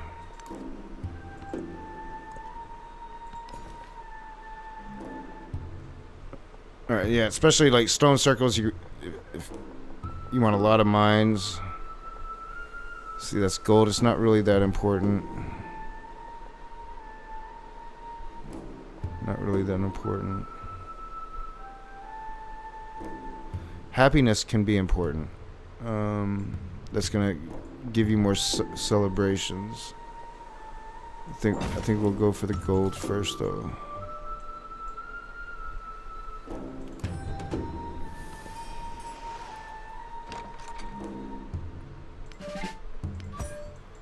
So these are a new thing. What is that? Like flax? So yeah, that's like a science node that didn't used to be in the game. Wow, there's a lot of that too. What is that? So that's like hides.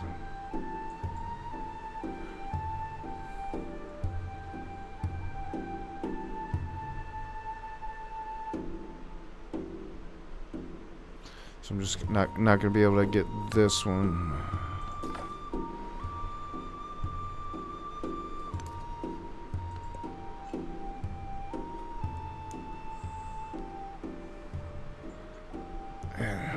It's 9:30 already. I'm not gonna be able to play much of this game because I've been restarting all night, and then I really don't know the next time I'm gonna be playing video games because I'm gonna be so fucking busy. And I've got like videos lined up to make too. Like I'm gonna really start going in on Franklin Graham because fuck his dad too. Fuck his dad too.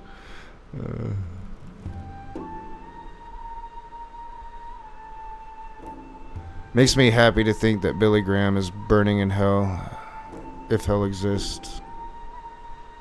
I really can't read shit. I'm just gonna go straight happiness. So -1 happiness, but plus 60 culture.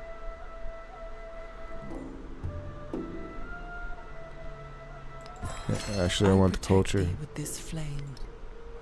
I want the culture.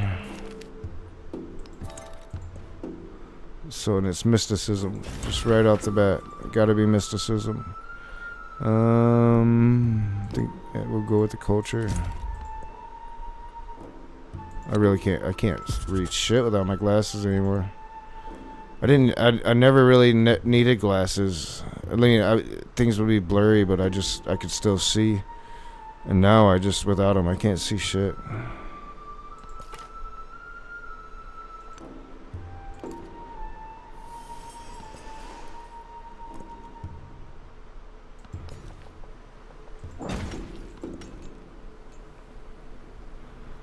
Alright, so I shouldn't need another scout. And part of me just wants... So, like, building more food, you're going to grow faster. It's really a pointless building.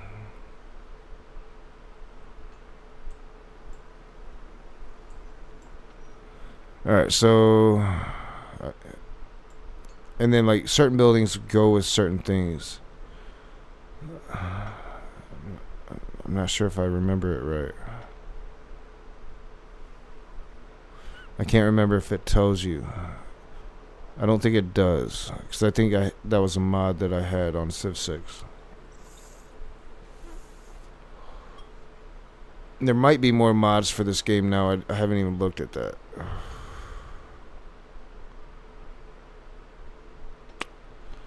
Fucking decisions, man. Go with the hoplite. And my brain's broken. It took way too long to make that decision. Right, so I've got one scout over there. I want to bring...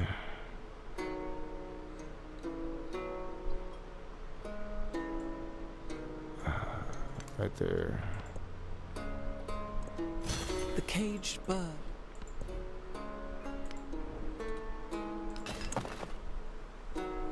Yeah, that's right.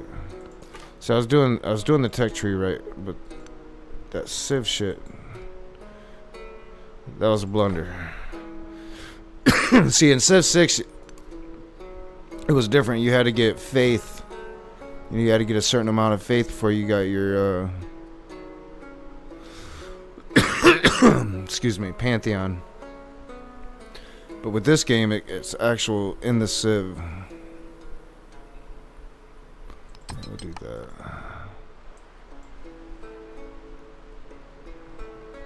I think I'll immediately go for production. No, not right there.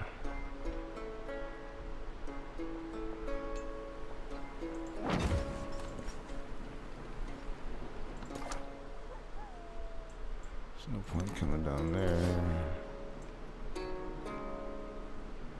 So again, like, no, just camps right on my ass. So that might be a change that they've made in game. Usually there's like too many barb camps.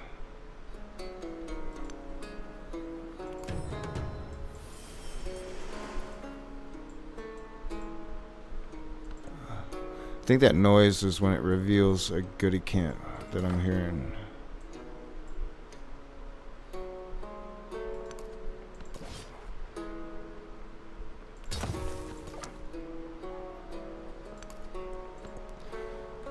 I wish I could move farther. I wish like it didn't take so long. It takes way too long to open up the map.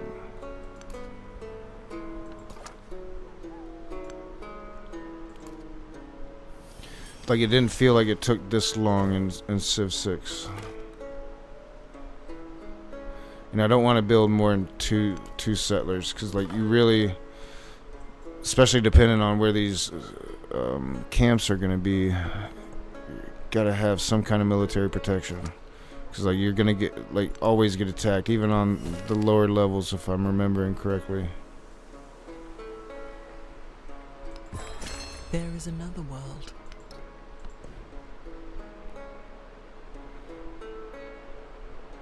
It's disappointing that I started over so much, because like to really get in to like get the capital city really build in through the Antiquity Age, you can really kind of see like just how good the graphics in this game are and how good it looks, and it's just like it makes it almost worse that the gameplay isn't as bad as it's been, because it's such a pretty game.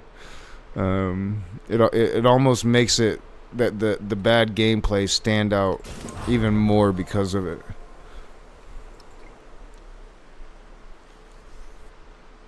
It's like, you know, I really feel like that, like the pretty much like the standard view. I'm always in and out a lot whenever I play these games. I'm kind of always all over the place, and usually I have that turned on. But like in this game, it's so weird to me. It's not like it's not what I'm used to.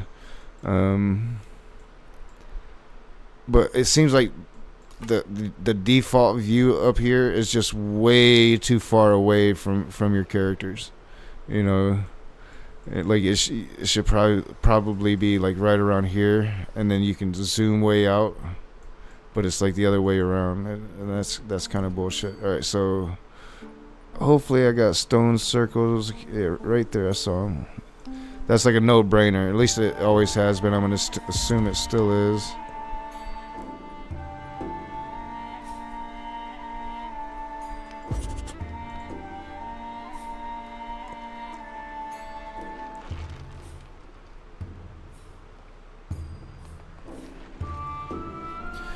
And stone circles, that automatically adds extra production.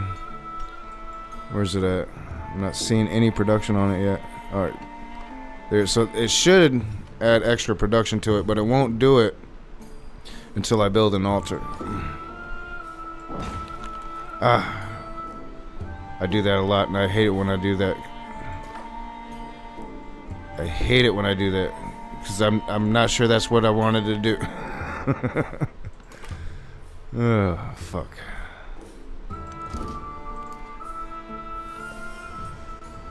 Alright, so Charlemagne again.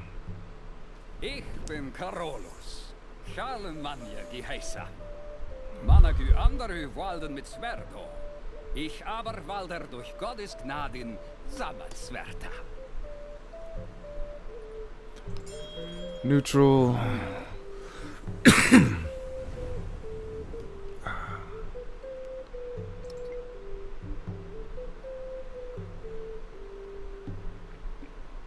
I think what I'll do in my downtime tomorrow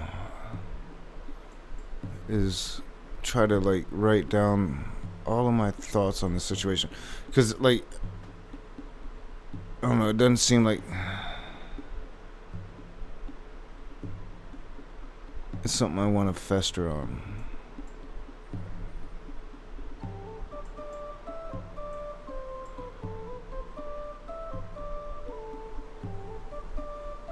And I think, like, I don't know, I think Jay will take down that stream if somebody can just make him see just the cruelty of it. I don't think he's like a bad guy. Like I'm usually going at bad people, right? I don't want to start going after good people or decent people or kind of not bad people, unless I really feel like I have to, and I do with that stream being up. So I'm hoping he'll like really consider that. Like, it's just a cruel thing to do. I don't care what you even think about Bree as a person. And the transphobia, I don't like the transphobic things that I've heard. And y'all know me when it comes to that kind of shit, man. You get my bigot hairs rising. Fuck. I don't like bigots. I don't like bigots. And that's not news to anybody.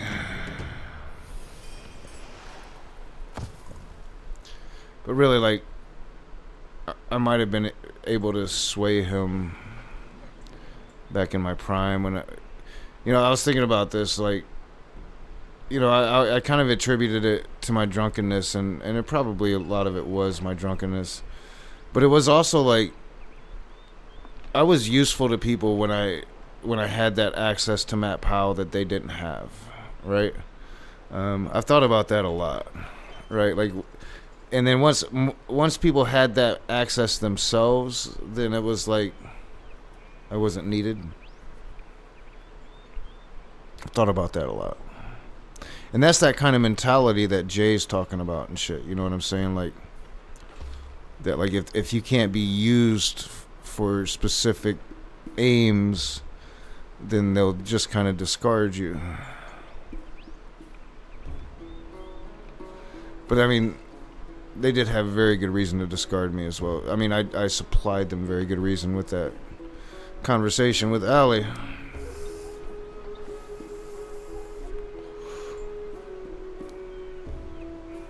It's probably the thing I regret the most of everything that I've done. Like, all the fucked up shit I've done on YouTube.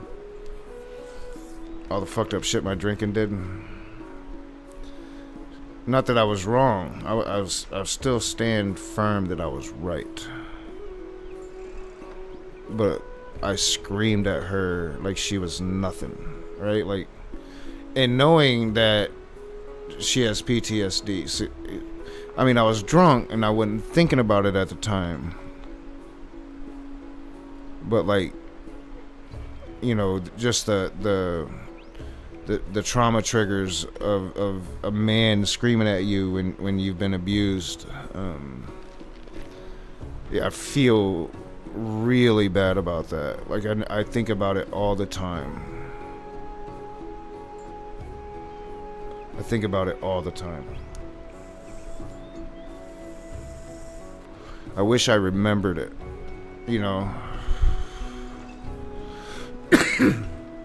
I remember doing it, but I don't remember it. And I fucking hate that. I hate that more than anything. It bothers the fuck out of me.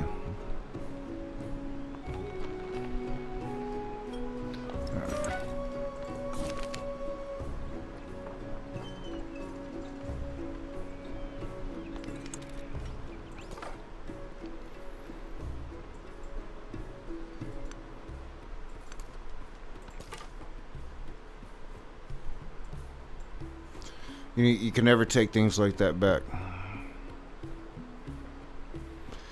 It's like, it's what I really wish my brother would understand, because my brother's going through the kind of the same thing. Like, he's a lot more successful than I am. He's got more shit. He works for Elon Musk now, so he really thinks he's hot fucking shit. Like, and I don't even know how this motherfucker does it, dude. Like, he's a high school dropout. He's a genius, like certified genius. His IQ is like, like super fucking high. Never read a book in his life. And he started working. Like, he got a job at a company in Kalamazoo that makes medical equipment, because he was working at a drive-thru in fucking Wendy's. Like, 17 years old. Maybe 18. And a boss man of this company drives through and just liked him. Or no, yeah. Wait, no, it was a dentist drives through, likes him, hires him to be his assistant. Has no fucking training in this shit whatsoever. Never went to school for it. Like, dude's like, I will send you to school for it. and fucking did that. So he starts like working for this dentist, and while he's working for this dentist, he starts talking to like the Stryker representatives, the Kalamazoo company that builds like medical supplies and shit, and somehow like gets a fucking job with them, and ends up like it doing like this really like not even like just normal fucking like I dropped out of high school type work, right? Like just fucking he's like doing like the very sophisticated calculations for their schematics and whatever numbers they need, their precise numbers they need for these medical equipment shits. And it's like how did you do all of that? Right? Because he's a brilliant person, and he did all of that because he is narcissistic as fuck, man, and he does not care about anything else but success.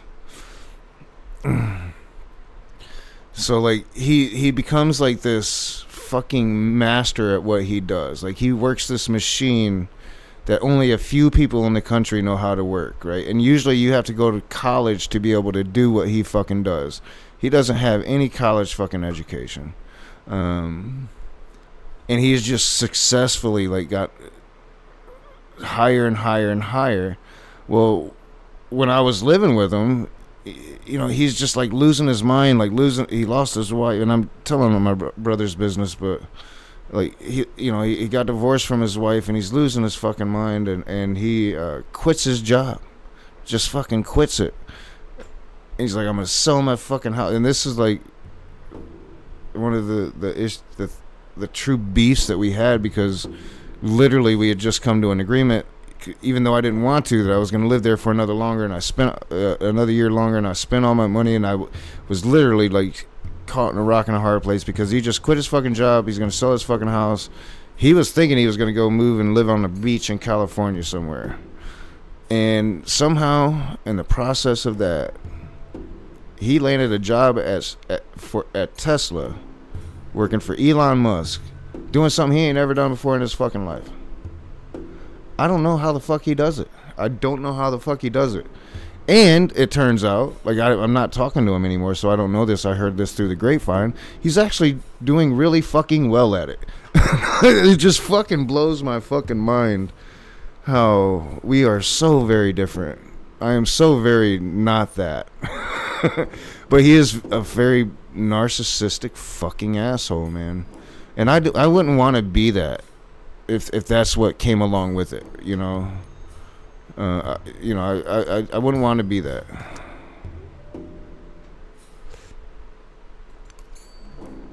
Like he knows that his shit don't stink, and it fucking drives me insane. And he will browbeat you with it, and I hate people like that. I fucking hate people like that. It's probably why I react the way I do to like Jay browbeating people with his PhD. Like, fuck your PhD. And he's not the first that's done it. That's really irritated me since I've done this thing. Like I don't fuck your PhD. Come see me in the streets. You know, like what's your PhD? What's your PhD gonna do for you, really, if shit hits the fan at 2 a.m. on the corner? You know what I'm saying? Like, you just find yourself in a place that you don't want to fucking be. What's your PhD gonna do for you? I know what my knowledge is gonna do for me, because I'm gonna hit them in the throat. If I can get to that throat, I'm gonna take it out. Because I don't want you hitting me in my leg. If you hit me in my leg, you ain't even gotta shoot me. You just hit me in my leg, and I'm gonna crumble like a little bitch. I'm gonna take out your throat. That's what the fuck I'm gonna do.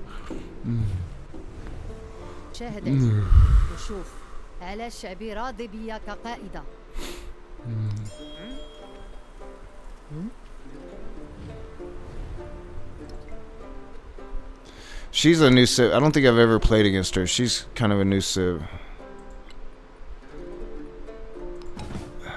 It's such a slow. It's already like it's such a slow progression into the game, right? I don't like that slow progression into the game. That's not fun, you know. Like I'm not having fun doing this. Like I enjoy the graphics.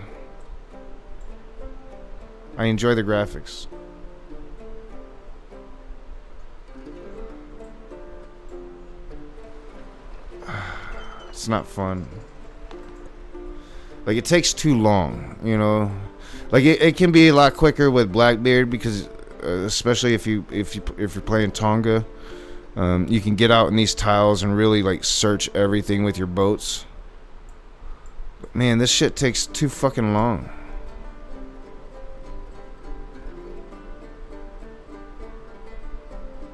And I knew when I fucking installed this game, I'm like, I'm not gonna like it. I haven't liked it every time I've installed this fucking game. I haven't liked it yet. And it's such a shame too, man. It really is a shame. Because it is such a pretty game. Especially like when you get the map unlocked. There is too much desert, right? There's usually too much desert going on. But it usually is really, really pretty.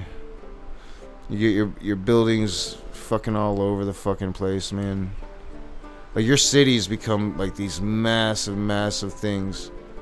But it's just not fun getting there. There's no fun in it.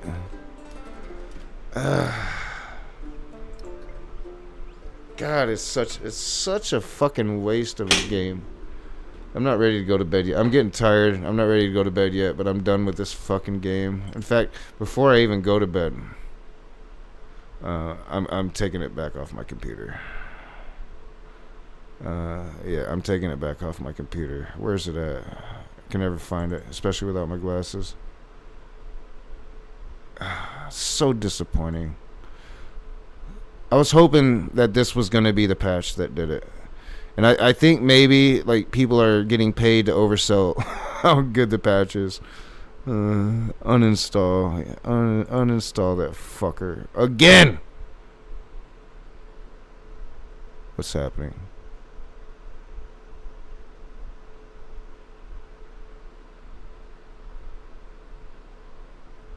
Why are you taking your sweet ass time with it, bro?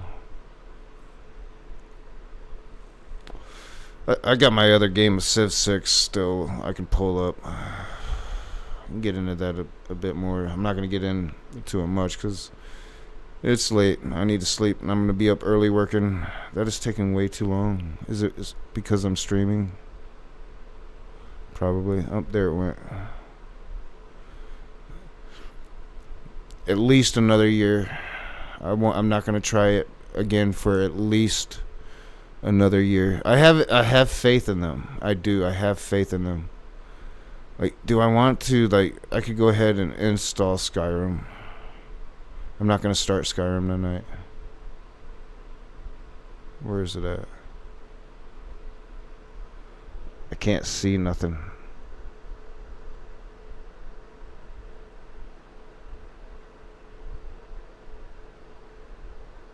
Where's my Skyrim at? Is it not in here? Is it in here and I'm not seeing it? It's gotta be in here. What the fuck?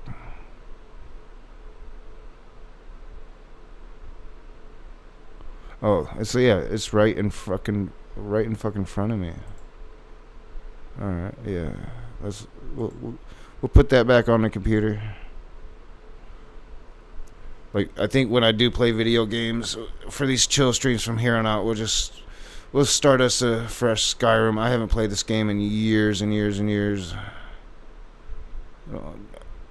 I thought it would be like a fast download because it's an older game.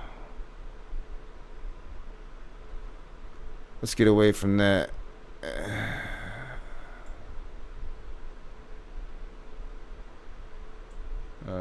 What screen am I showing? Let me come up here for a second. What up? Man, that stream earlier was such a disaster. That's gonna bother my OCD for a while. And I don't like taking down streams, especially considering I took down like 1,000 of them recently. You know, like, oh God, I don't want to take down a stream, but man, that was such a disaster of a stream. What am I looking at? It's only 12%, 13%. Fuck, I figured that would be like a fast install because it's such an old game.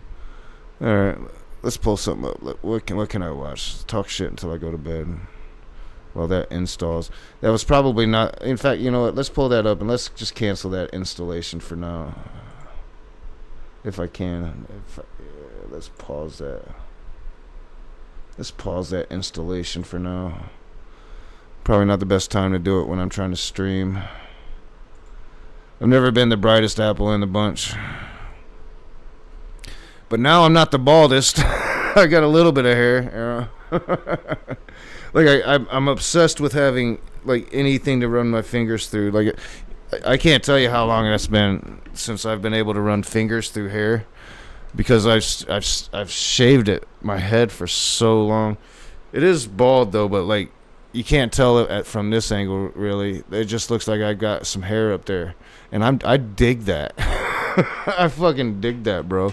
But I usually wear my hat, you know, because I got this big ass forehead now. I didn't used to always have a big forehead, but that's being 49.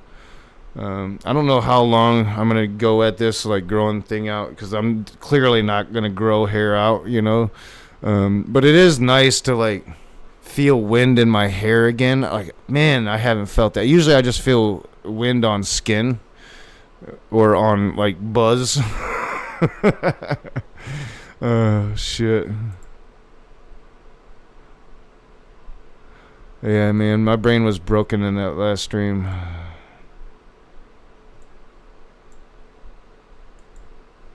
We can like premiere my new video.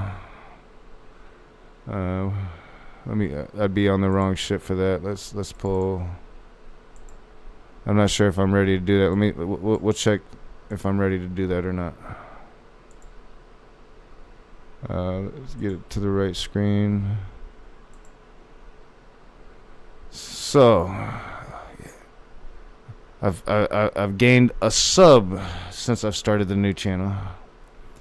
That's awful.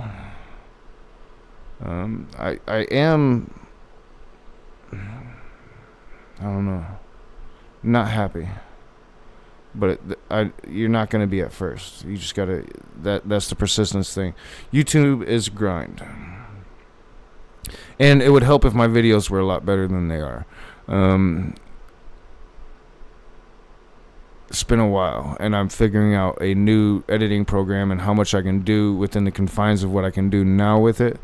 And then if I need to budget editing software, then I'll do so, because I really want to be able to make a product that is going to be serious and funny at the same time, because that was my intention doing this. I want to bring outrage and humor to it. From the very beginning, I wanted to kind of emulate two people, and at the time they were kind of conflicting with each other, and that was Dusty Smith, Cult of Dusty, and Matt Dillahunty. I really liked Matt Dillahunty's aggressive style when he went at Christians, and I really dug Cult of Dusty's aggressive humor when he went at Christianity. And I wanted to kind of blend those two things, because Cult of Dusty had left and he had started beefing with Matt Dillahunty over Matt Dillahunty's ex-wife way back in the day. So it was like kind of awkward, but that was like my intention with the Raging Atheist, was to kind of try to blend those two styles, and I think I did it actually rather successfully, especially with my whole like Cult Bunny series. That really, like, that's what grew my channel more than anything, was the Cult Bunny series.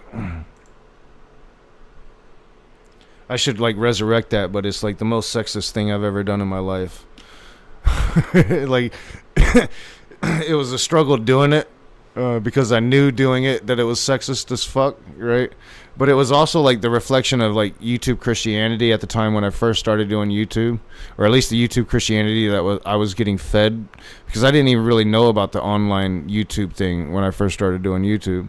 And everything that was coming at me from Christianity in my algorithm at the time was like young, usually attractive, but not always attractive, but young, predominantly white women, you know, or white young women, I should say. Talking purity culture. So that the Cult Bunny thing came, and then the second thing that grew the channel was Matt Powell, and the third thing was the Crazy Cult series. And had I focused on cults instead of like atheism and went that route, like that would have been a lot more YouTube friendly, and I could have probably actually made a real actual YouTube career out of it. Especially if you look at like YouTube creators like Cal Mitras, I think her name is. My daughter actually turned me on to her, but people that really focus on just cults and really going in depth into cults tend to be really, really, really successful on YouTube. So that was always a pretty popular thing. But then I started drinking on stream, and everything went to shit. And I think it was a mix. Like, I think it was mostly the drinking that killed my channel. It wasn't the phone call with Ali, although just that alone reputationally did me a lot of damage. But I think the drinking on stream was just fucking stupid. So do I want to release my new video? I can't even remember what it's about. And if I release it, I'll premiere it. Christians don't really believe in Yahweh. Alright, I kind of remember it. We can watch it.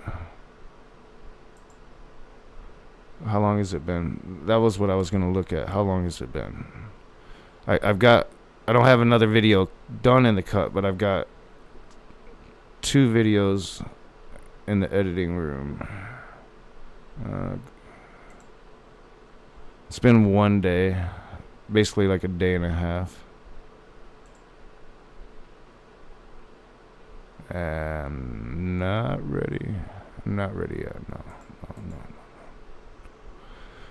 So if I'm gonna watch something, I don't want to be on that one. Let's go over here. Actually, I don't know if I'm gonna watch. Yeah, we'll just talk some shit. I always talk shit. Who do I want to talk shit about?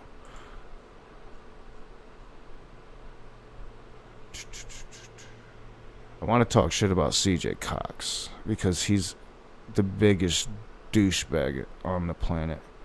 Like, I swear that dude is like a serial killer just waiting to start killing. I swear to fucking God he is.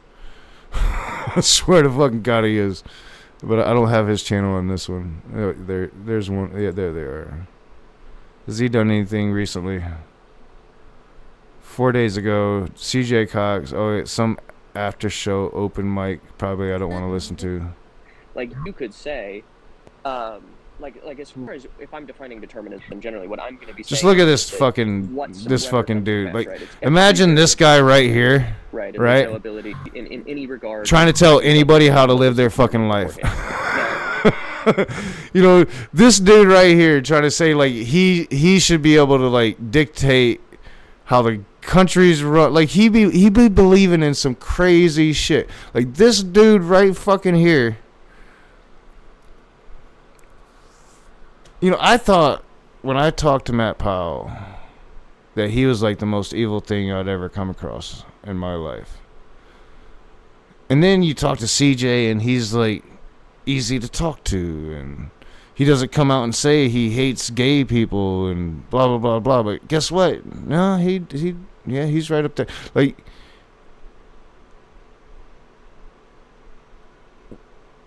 on my Facebook, I never hardly ever hear from Matt Powell. I never see his shit. It could just be the algorithm, but like usually if people comment on your stuff occasionally you'll see their shit. So I just assume he doesn't like post a lot of hateful shit. Every now and then I'll see like a political post, or he'll talk about something he's doing on his YouTube, or every now and then I'll see a post about him and his wife or him and his kids. CJ Cox every goddamn day post the most insane shit you'll ever read in your fucking life. I do not imagine that Smokey Saint's Facebook, and I've never seen Smokey Saint's Facebook, looks like CJ Cox's. It's batshit fucking crazy, man. It's batshit fucking crazy. It is some of the most extreme fundamentalist bullshit extreme far right wing bullshit you will ever read in your fucking life. And like Michael, the Canadian atheist, he'll sit there and banter nicely with him, and I'm sitting there like, Michael, what the fuck are you doing? And Michael's probably sitting there reading my comments like, Knock, what the fuck are you doing, man? And I'm just like, fuck this asshole. Yeah, I mean, he really hates gay people. Really fucking hates gay people. Really fucking hates trans people. Like, he'll say he's not a racist because, you know, like, he likes rap music, but he's fucking racist, too.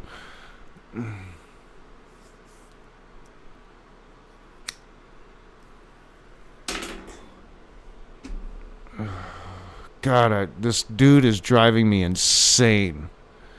And what's even worse about it, like, he doesn't put content out on YouTube worthy enough for me to cover it. You know, like I want to talk shit about this guy so fucking badly, but his YouTube content sucks so bad that I can't even like do that. It's so awful, and I say that as a shitty content YouTube creator myself. You know, like, but this dude takes the cake, man, and I really just want to talk shit about him, and I can't. I can unless I show his Facebook page, and I'll never pull that move. I just wouldn't fucking do that. Not unless he said, Knock, you show everybody my Facebook page. But even then, I probably wouldn't do it because I wouldn't know who I'd be doxing in his family and shit. You know, these considerations that some people might take that others don't. Oh man, see, this is like how a show stream should be, honestly, really. I figure I got till about 11 o'clock and I'm gonna go to bed. What y'all doing tonight? Hanging out with me? See, this is my like OCD ass. Like, this is what I do all the time. Like, I'll open up some, I'll look at it, and then I'll open up something. Man, I'd be fucking crazy. Listen to my speech. Like, Cal Mikras, 13 million subscribers. Could you imagine that? Could you imagine having a channel that's 13 million fucking subscribers, dude? It's a solid fucking channel. Like, I'll put her on sometimes to go to bed and just like listen to her like break shit down. 13 million fucking subscribers. Imagine how much money she make. That's insanity. That's fucking crazy, bro. Which, and I know like there's people with way more than that too. Like, that's fucking insane. What's like the most the highest sub atheist channel, do you think? I don't know. Would it still be like The Amazing Atheist? Like, he always was for like the longest time.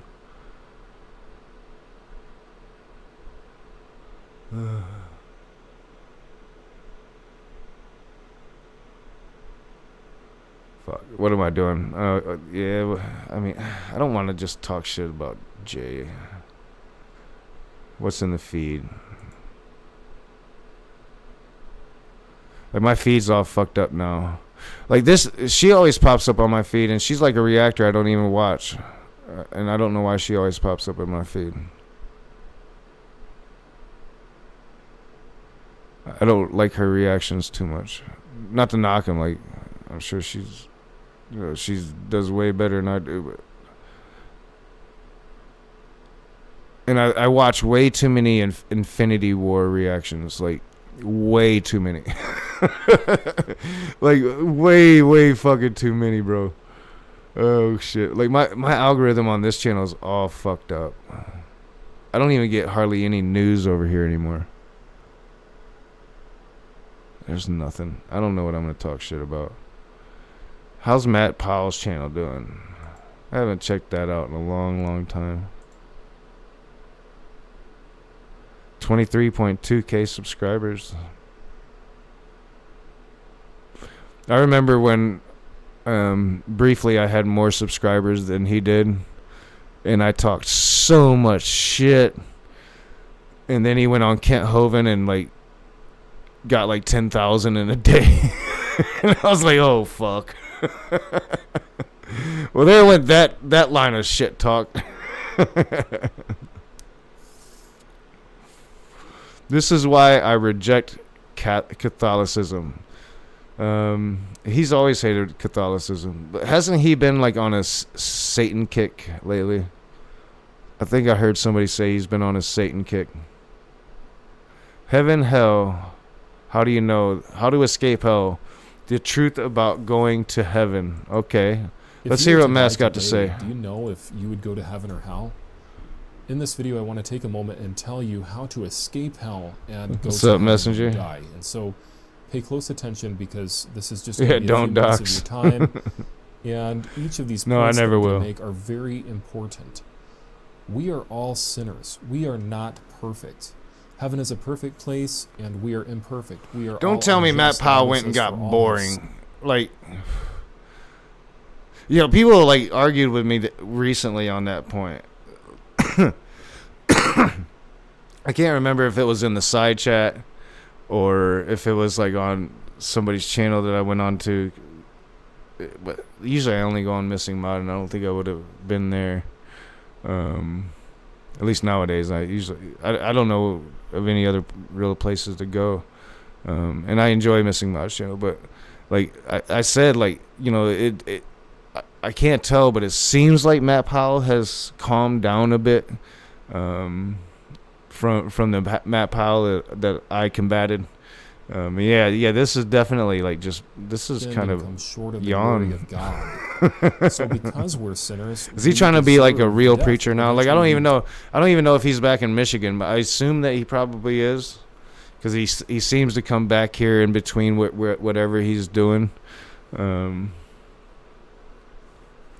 I wonder if he's trying to actually be a real like minister now, and I wonder if he still claims NIFB. I'm betting he probably doesn't claim NIFB. Maybe IFB. I don't know. Oh, I don't know what I just did. If you were to die today, I just do you went know backwards. if you would go to heaven I just or hit a hell? button that I've never hit this before, and vi- that did something weird. Yeah, he looks like he's really gotten boring. But then again, like, also because of Jimmy Snow, the NIFB just really can't push their hate on YouTube anymore.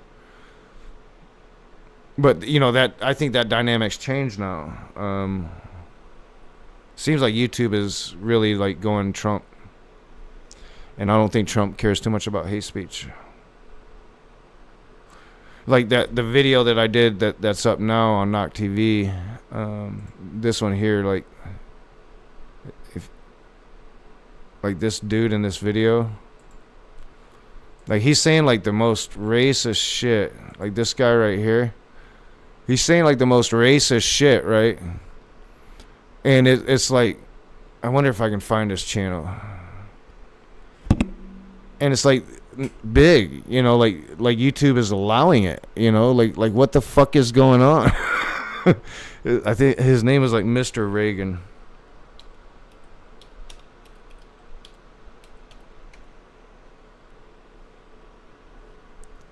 Yeah, 438,000 subscribers.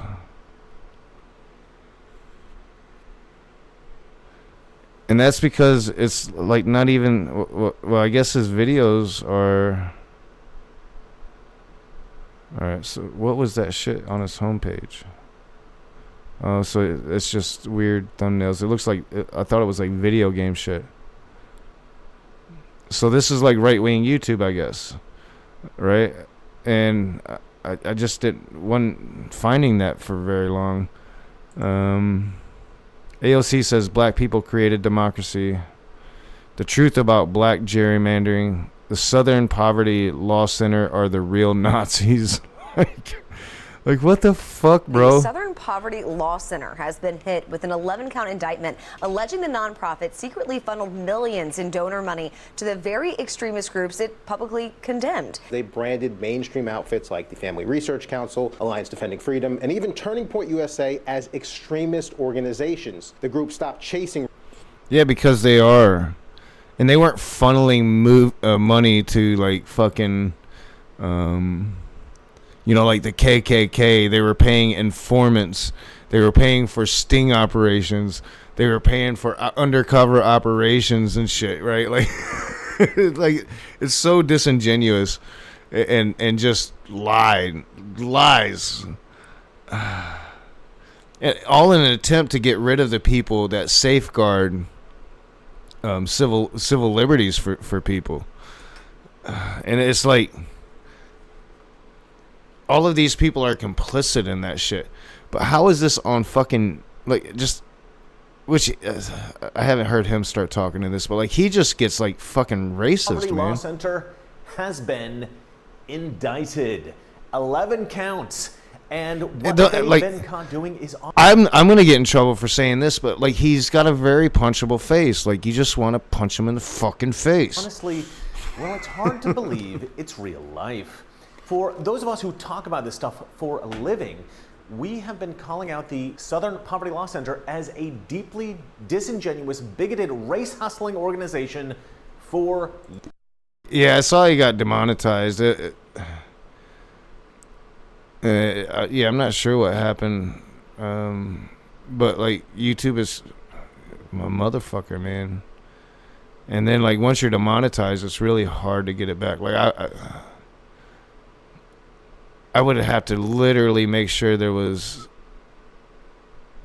like no hate speech at all. And that's what I don't get about this dude is like I you know, I'm demonetized for hate speech.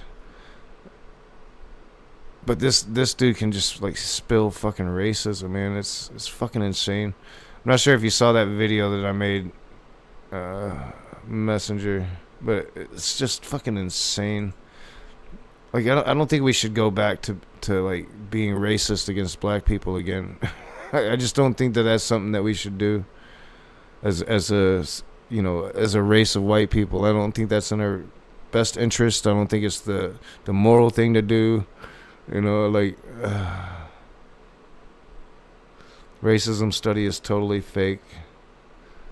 A new kind of rape. Black guys are deceptively impregnating naive girls. Like, what the fuck, bro? A new kind of a rape. Black guys are intentionally impregnating naive girls. Mr. Reagan. If you're not aware, I have a new YouTube channel. This is about crazy stories from history. It's called Strange Tales. So if you guys wouldn't mind, I would really love it if you would click on the link that I've put in the description box below this video and have a quick watch. Maybe I don't know if I'm gonna get in trouble for watching this. He seems like that kind of asshole, doesn't he? Is he doing it in black and white on purpose to... Mother here in America. This was in Los Angeles. And this girl had a black child. Now, this girl she was a very beautiful blonde girl, very naive, and very well-intentioned. And according to Lydia, she was the kind of person who assumed that everybody was good. The perfect target for a predator.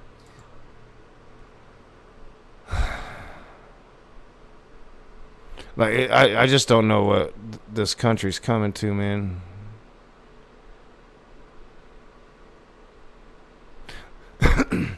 You know, that's shit that I would hear from people in North Carolina in 1993. You know, like that shit right there. That's fucking insane, man. That's just fucking insane.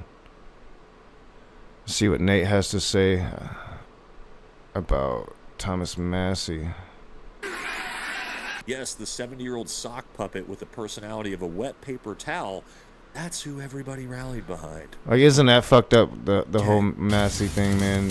Like, imagine, like, can you imagine that we, like, at any point, like, even in Trump's first term, that we would come to a point in a country where we re-elect, where we kick a congressman out of office because he tried to go after the pedophiles? You know, like... Like, what kind of fucked up alternate reality do we live in?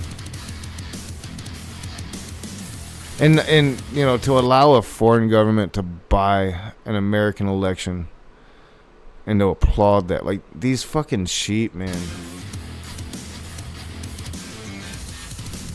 It's like it disgusts me. Like I truly don't want to live in this country anymore. Welcome back to the channel, everybody. And very sad. I wish I had the resources to get out of this America country. last night, as we have learned that democracy is dead. Now, it probably has been in the United States for a long time, honestly, but we found this out last night objectively when we learned that, yes, billionaires from a foreign country can literally walk in, purchase congressional seats brazenly right in front of everybody's face, and the American people can't do a thing about it, which means, yes, voting does nothing, and that being the cornerstone of democracy lets us know that democracy no longer exists in this country. We are officially a full-scale oligarchy, and we should probably all understand that moving forward, because this is obviously going to have massive downwind effects on this country, and especially going into the midterms. So we're going to take a look at this election last night as well, because now that all the numbers are in, the math is looking a little sketchy. And then we'll talk about what this means forward, get some reactions from the internet, see what everybody...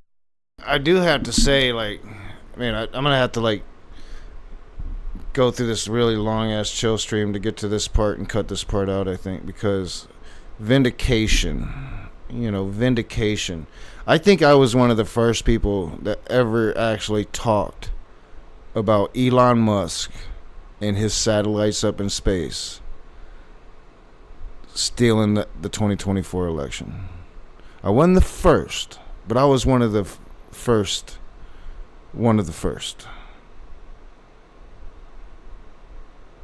And I was right. I was right. Oh, you have the story of Elon Musk's girlfriend coming out? I wonder if I can find that story.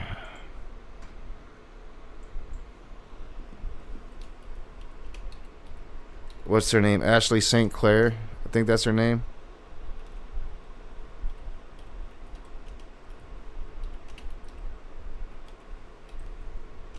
Elon Musk. Elon steal election.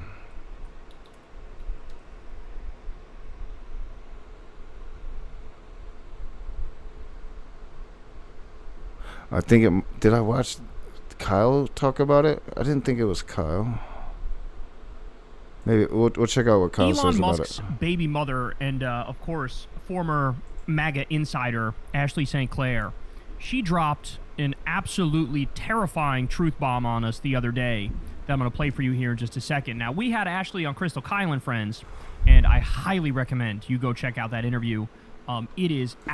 So, my conspiracy takes on this, Messenger, isn't really conspiracy. There's actual scientific data about it, and like nobody's really talked about it. I talked about it because it just came out when I came back the last time. It was like 9 months ago, so I talked about it.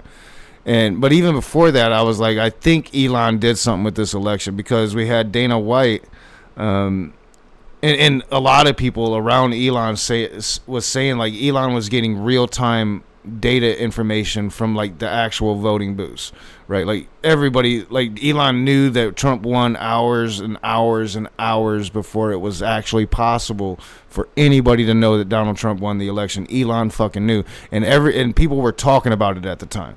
And I commented on it at the time, and I was like, man, something's fucking fishy. But the problem with the situation is that they've been, Trump's been crying about stolen elections for so long, and Democrats have been saying nuh-uh for so long that you can't say it, right? You can't talk about like what did they do, and I mean, you can make an argument for the election being stolen with all the money Elon poured into it and the other billionaires and whatnot. That's not how our democracy is supposed to work, right?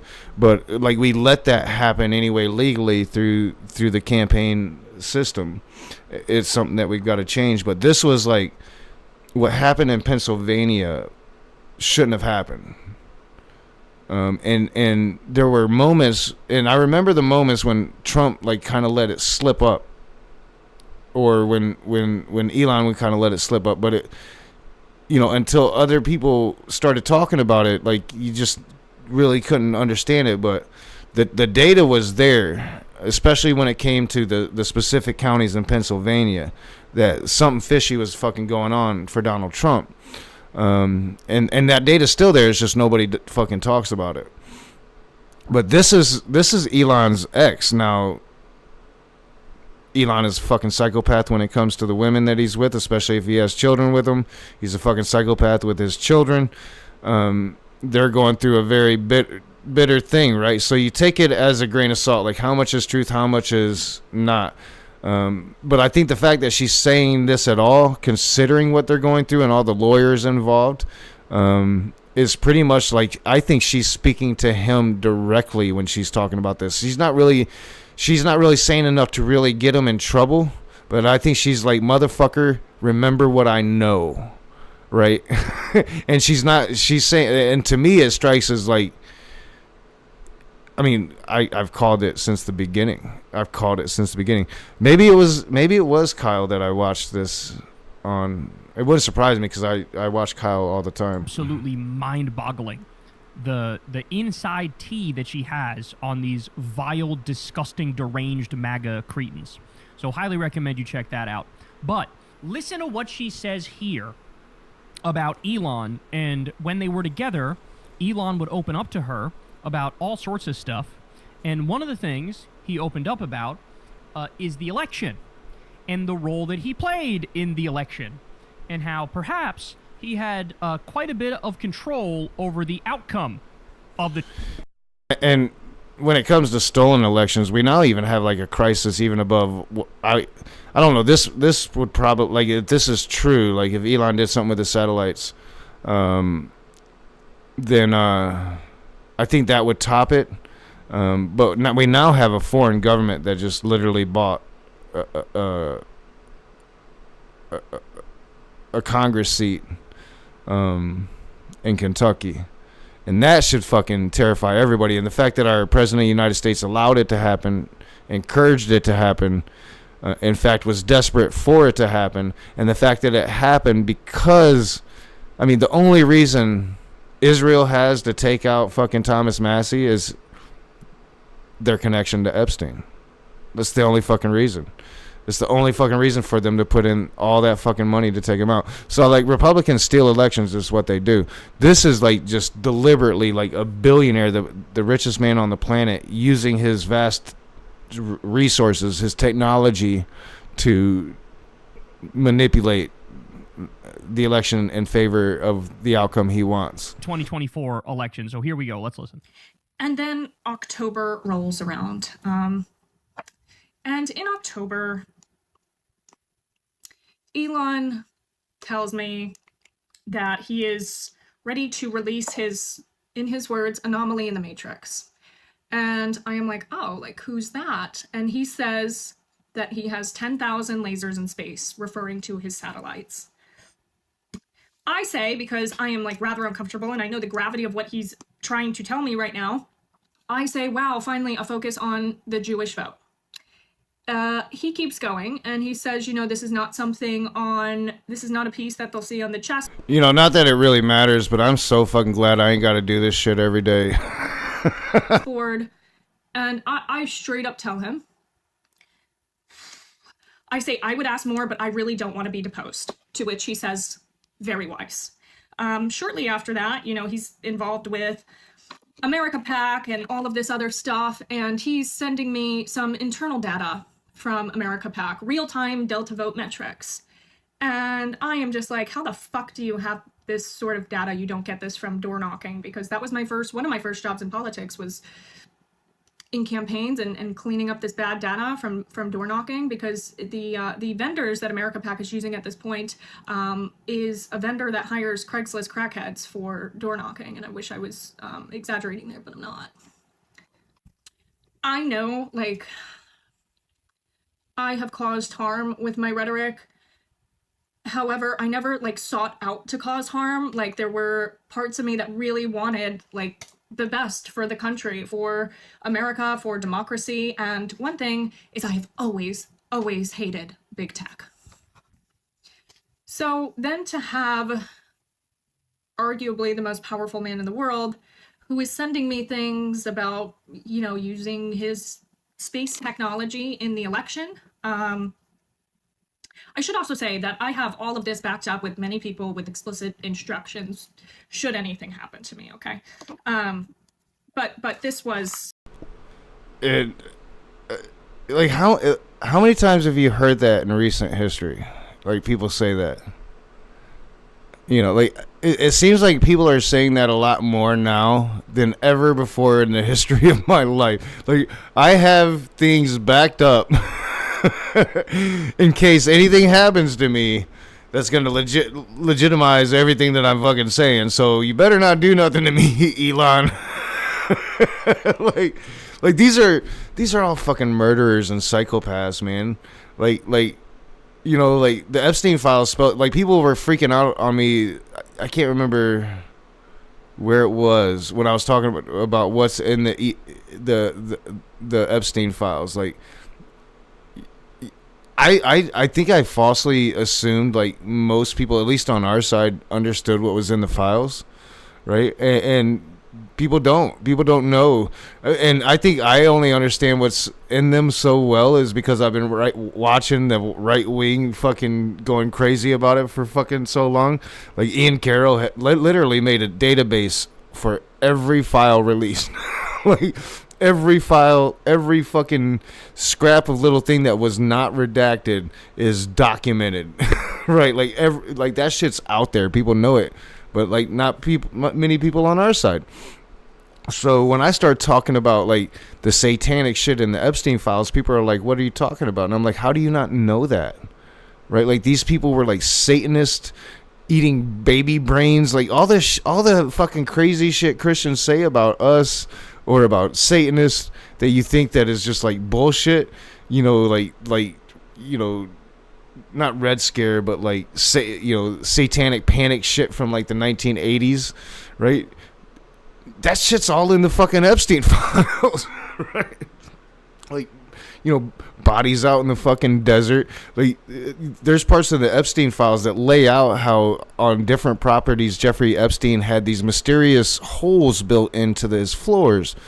And some of the witnesses had attested, like, these are where the bodies go, right? Like, you know, like he'll dump the body through this hole and then, you know, not worry about the body anymore, and his cleaners will come and clean and do whatever they do with the body. But, you know, like, just fucking crazy fucking shit, man. Like, these are fucking evil people. Like, you don't become a billionaire. You don't become the richest man in the world because you're nice. You know, you don't become the richest man in the world because you're moral. You become the richest man in the world because you're willing to fucking kill, man. Right? Like, that seems like just fucking common sense. Like, and that should just be common sense. Like, these fuckers are cold-blooded. You know, not every billionaire has a body, I'm sure, but I'm sure most of them probably do.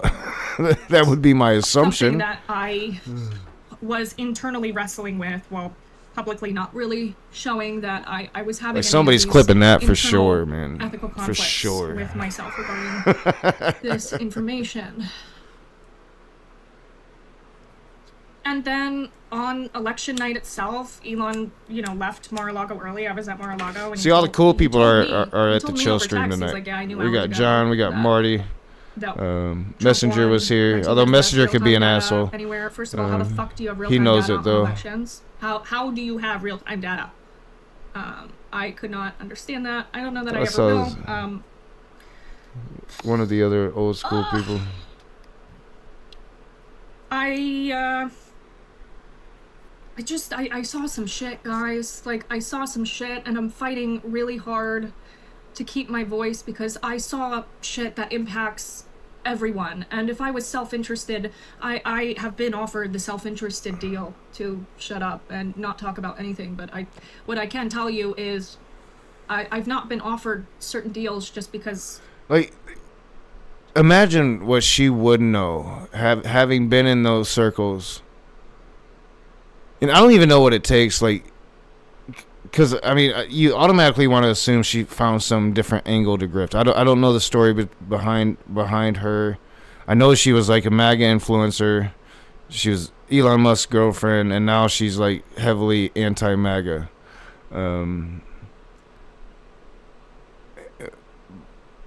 You don't know how, like, involved the girlfriends are, right? But like we already know, like these rich motherfuckers want this utopia. You know, they're building all these data centers. Like, what do people think is going to happen when all these data centers get built? And like, do they think there's going to be jobs for everyone? Like, what's going to happen, right? Like, right, shit is bad right now, right? Nobody can afford nothing. Gas is super expensive. But right now, most of us still have jobs, although that is already starting to become a problem that's way out of control. The lack of new jobs, people losing their jobs. When this AI thing hits, like, what do they... And they just think they're going to take over the fucking world, man. And like, people are just willing to let them fucking do it. And just imagine, you know, like, the things that they do, like, just speculate on or, you know, muse upon possibilities.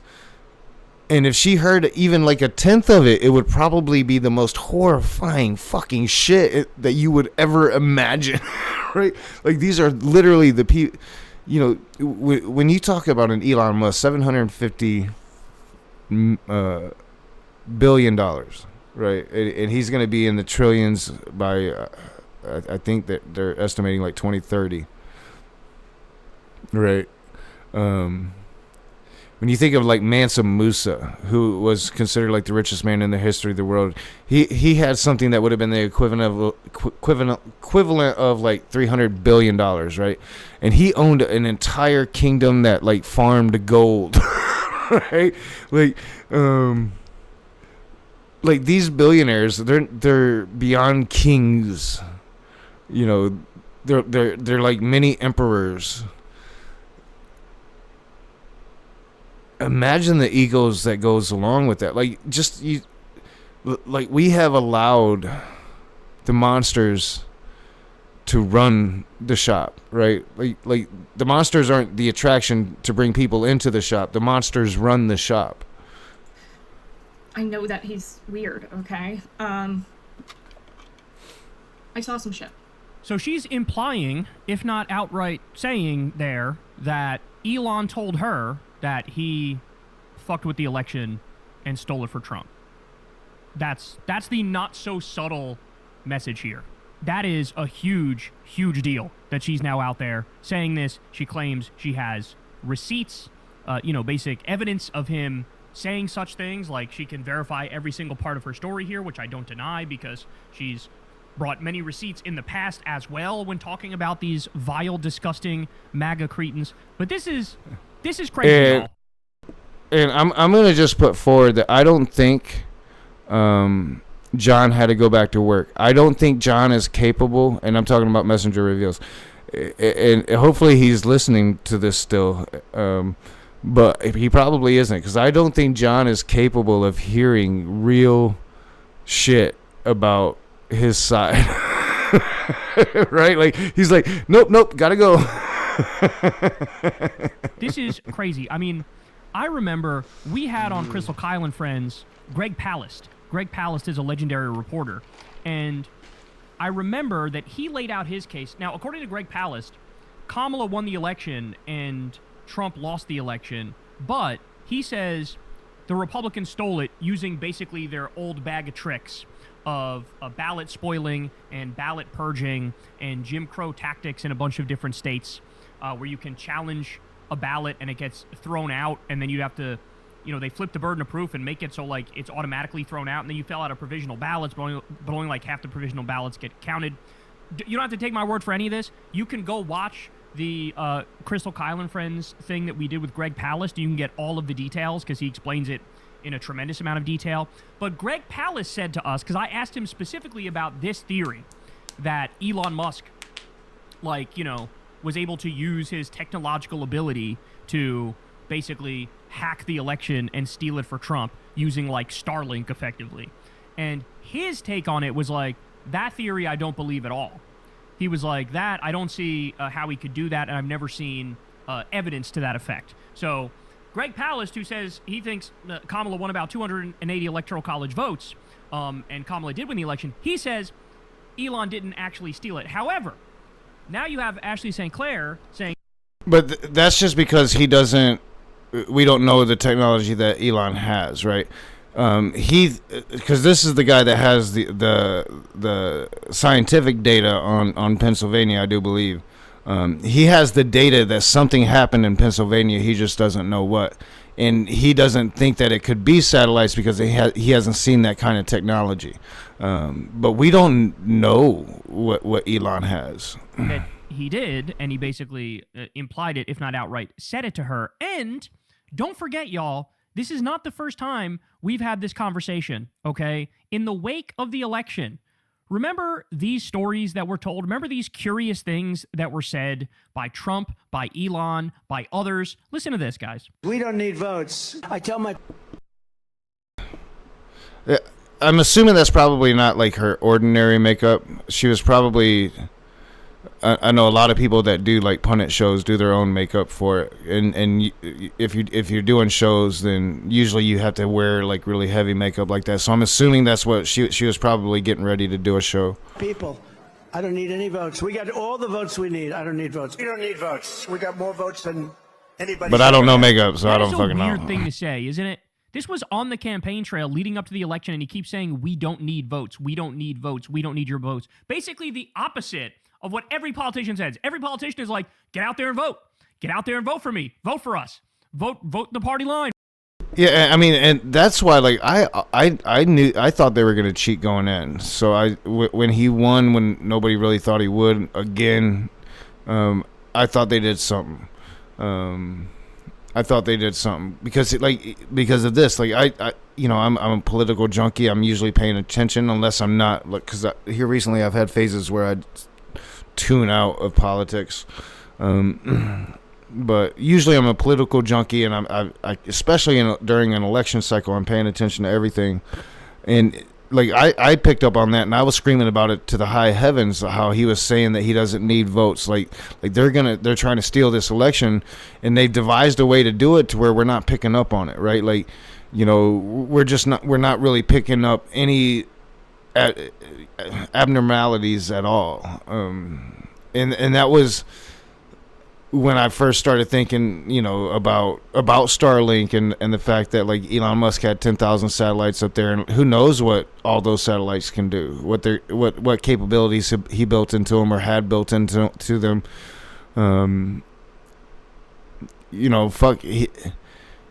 We've all watched the movies with the maniacal billionaire bad guy that wants to take over the world. Who's saying Elon hasn't watched those movies just wanting to emulate that? I don't fucking know, but like one thing I do know is if you really put your brain to it rationally, after January 6th, it should not be possible for this country to elect him back into the office. We have a man that was going to go to prison. He came into it knowing he had to win at all costs. Now, the thing against it is the improbability of it, right? Like, so as far as we know, and usually governments are farther ahead on technology than populations. But as far as we know, like that, and to the scientist's point, like that did have the scientific data, like that technology just isn't. We're not there yet, right? Like, but who knows what Elon has? But like, as far as we know, that technology does not exist to be able to somehow use satellites to change computer data on Earth. As far as I know, I just don't think that it's possible yet. But again, like, who knows what they have in the works, what they're working on. And You know, so there's divisions that are going to be working on things based on all the rules and regulations, right?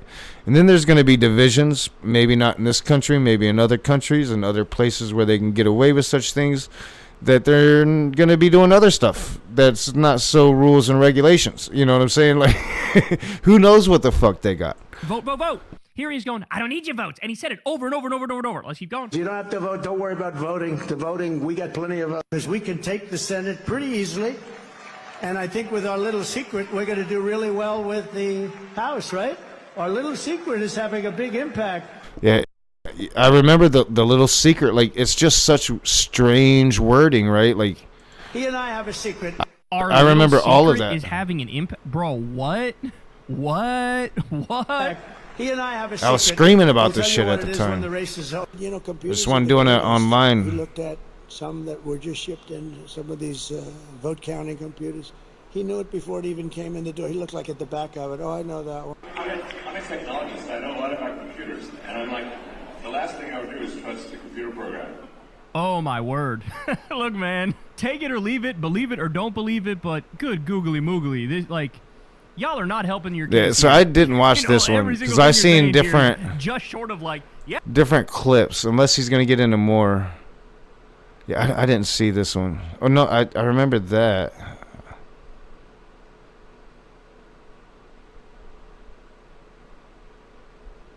Which it didn't show on YouTube that I had seen this one. I stole that shit and I'd do it again. Like, what the fuck? I don't remember this.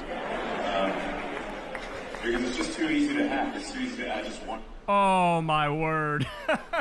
Oh, no. Oh, no. All right, now this one is crazy. So Elon was interviewed by Tucker, leading up to the election. And Elon has one of his kids here. And listen to the banter with the kid and pay close attention to what he's saying. Yeah, we're in SpaceX and quietly just do whatever we want. Said, so we're in SpaceX and we quietly do just whatever we want.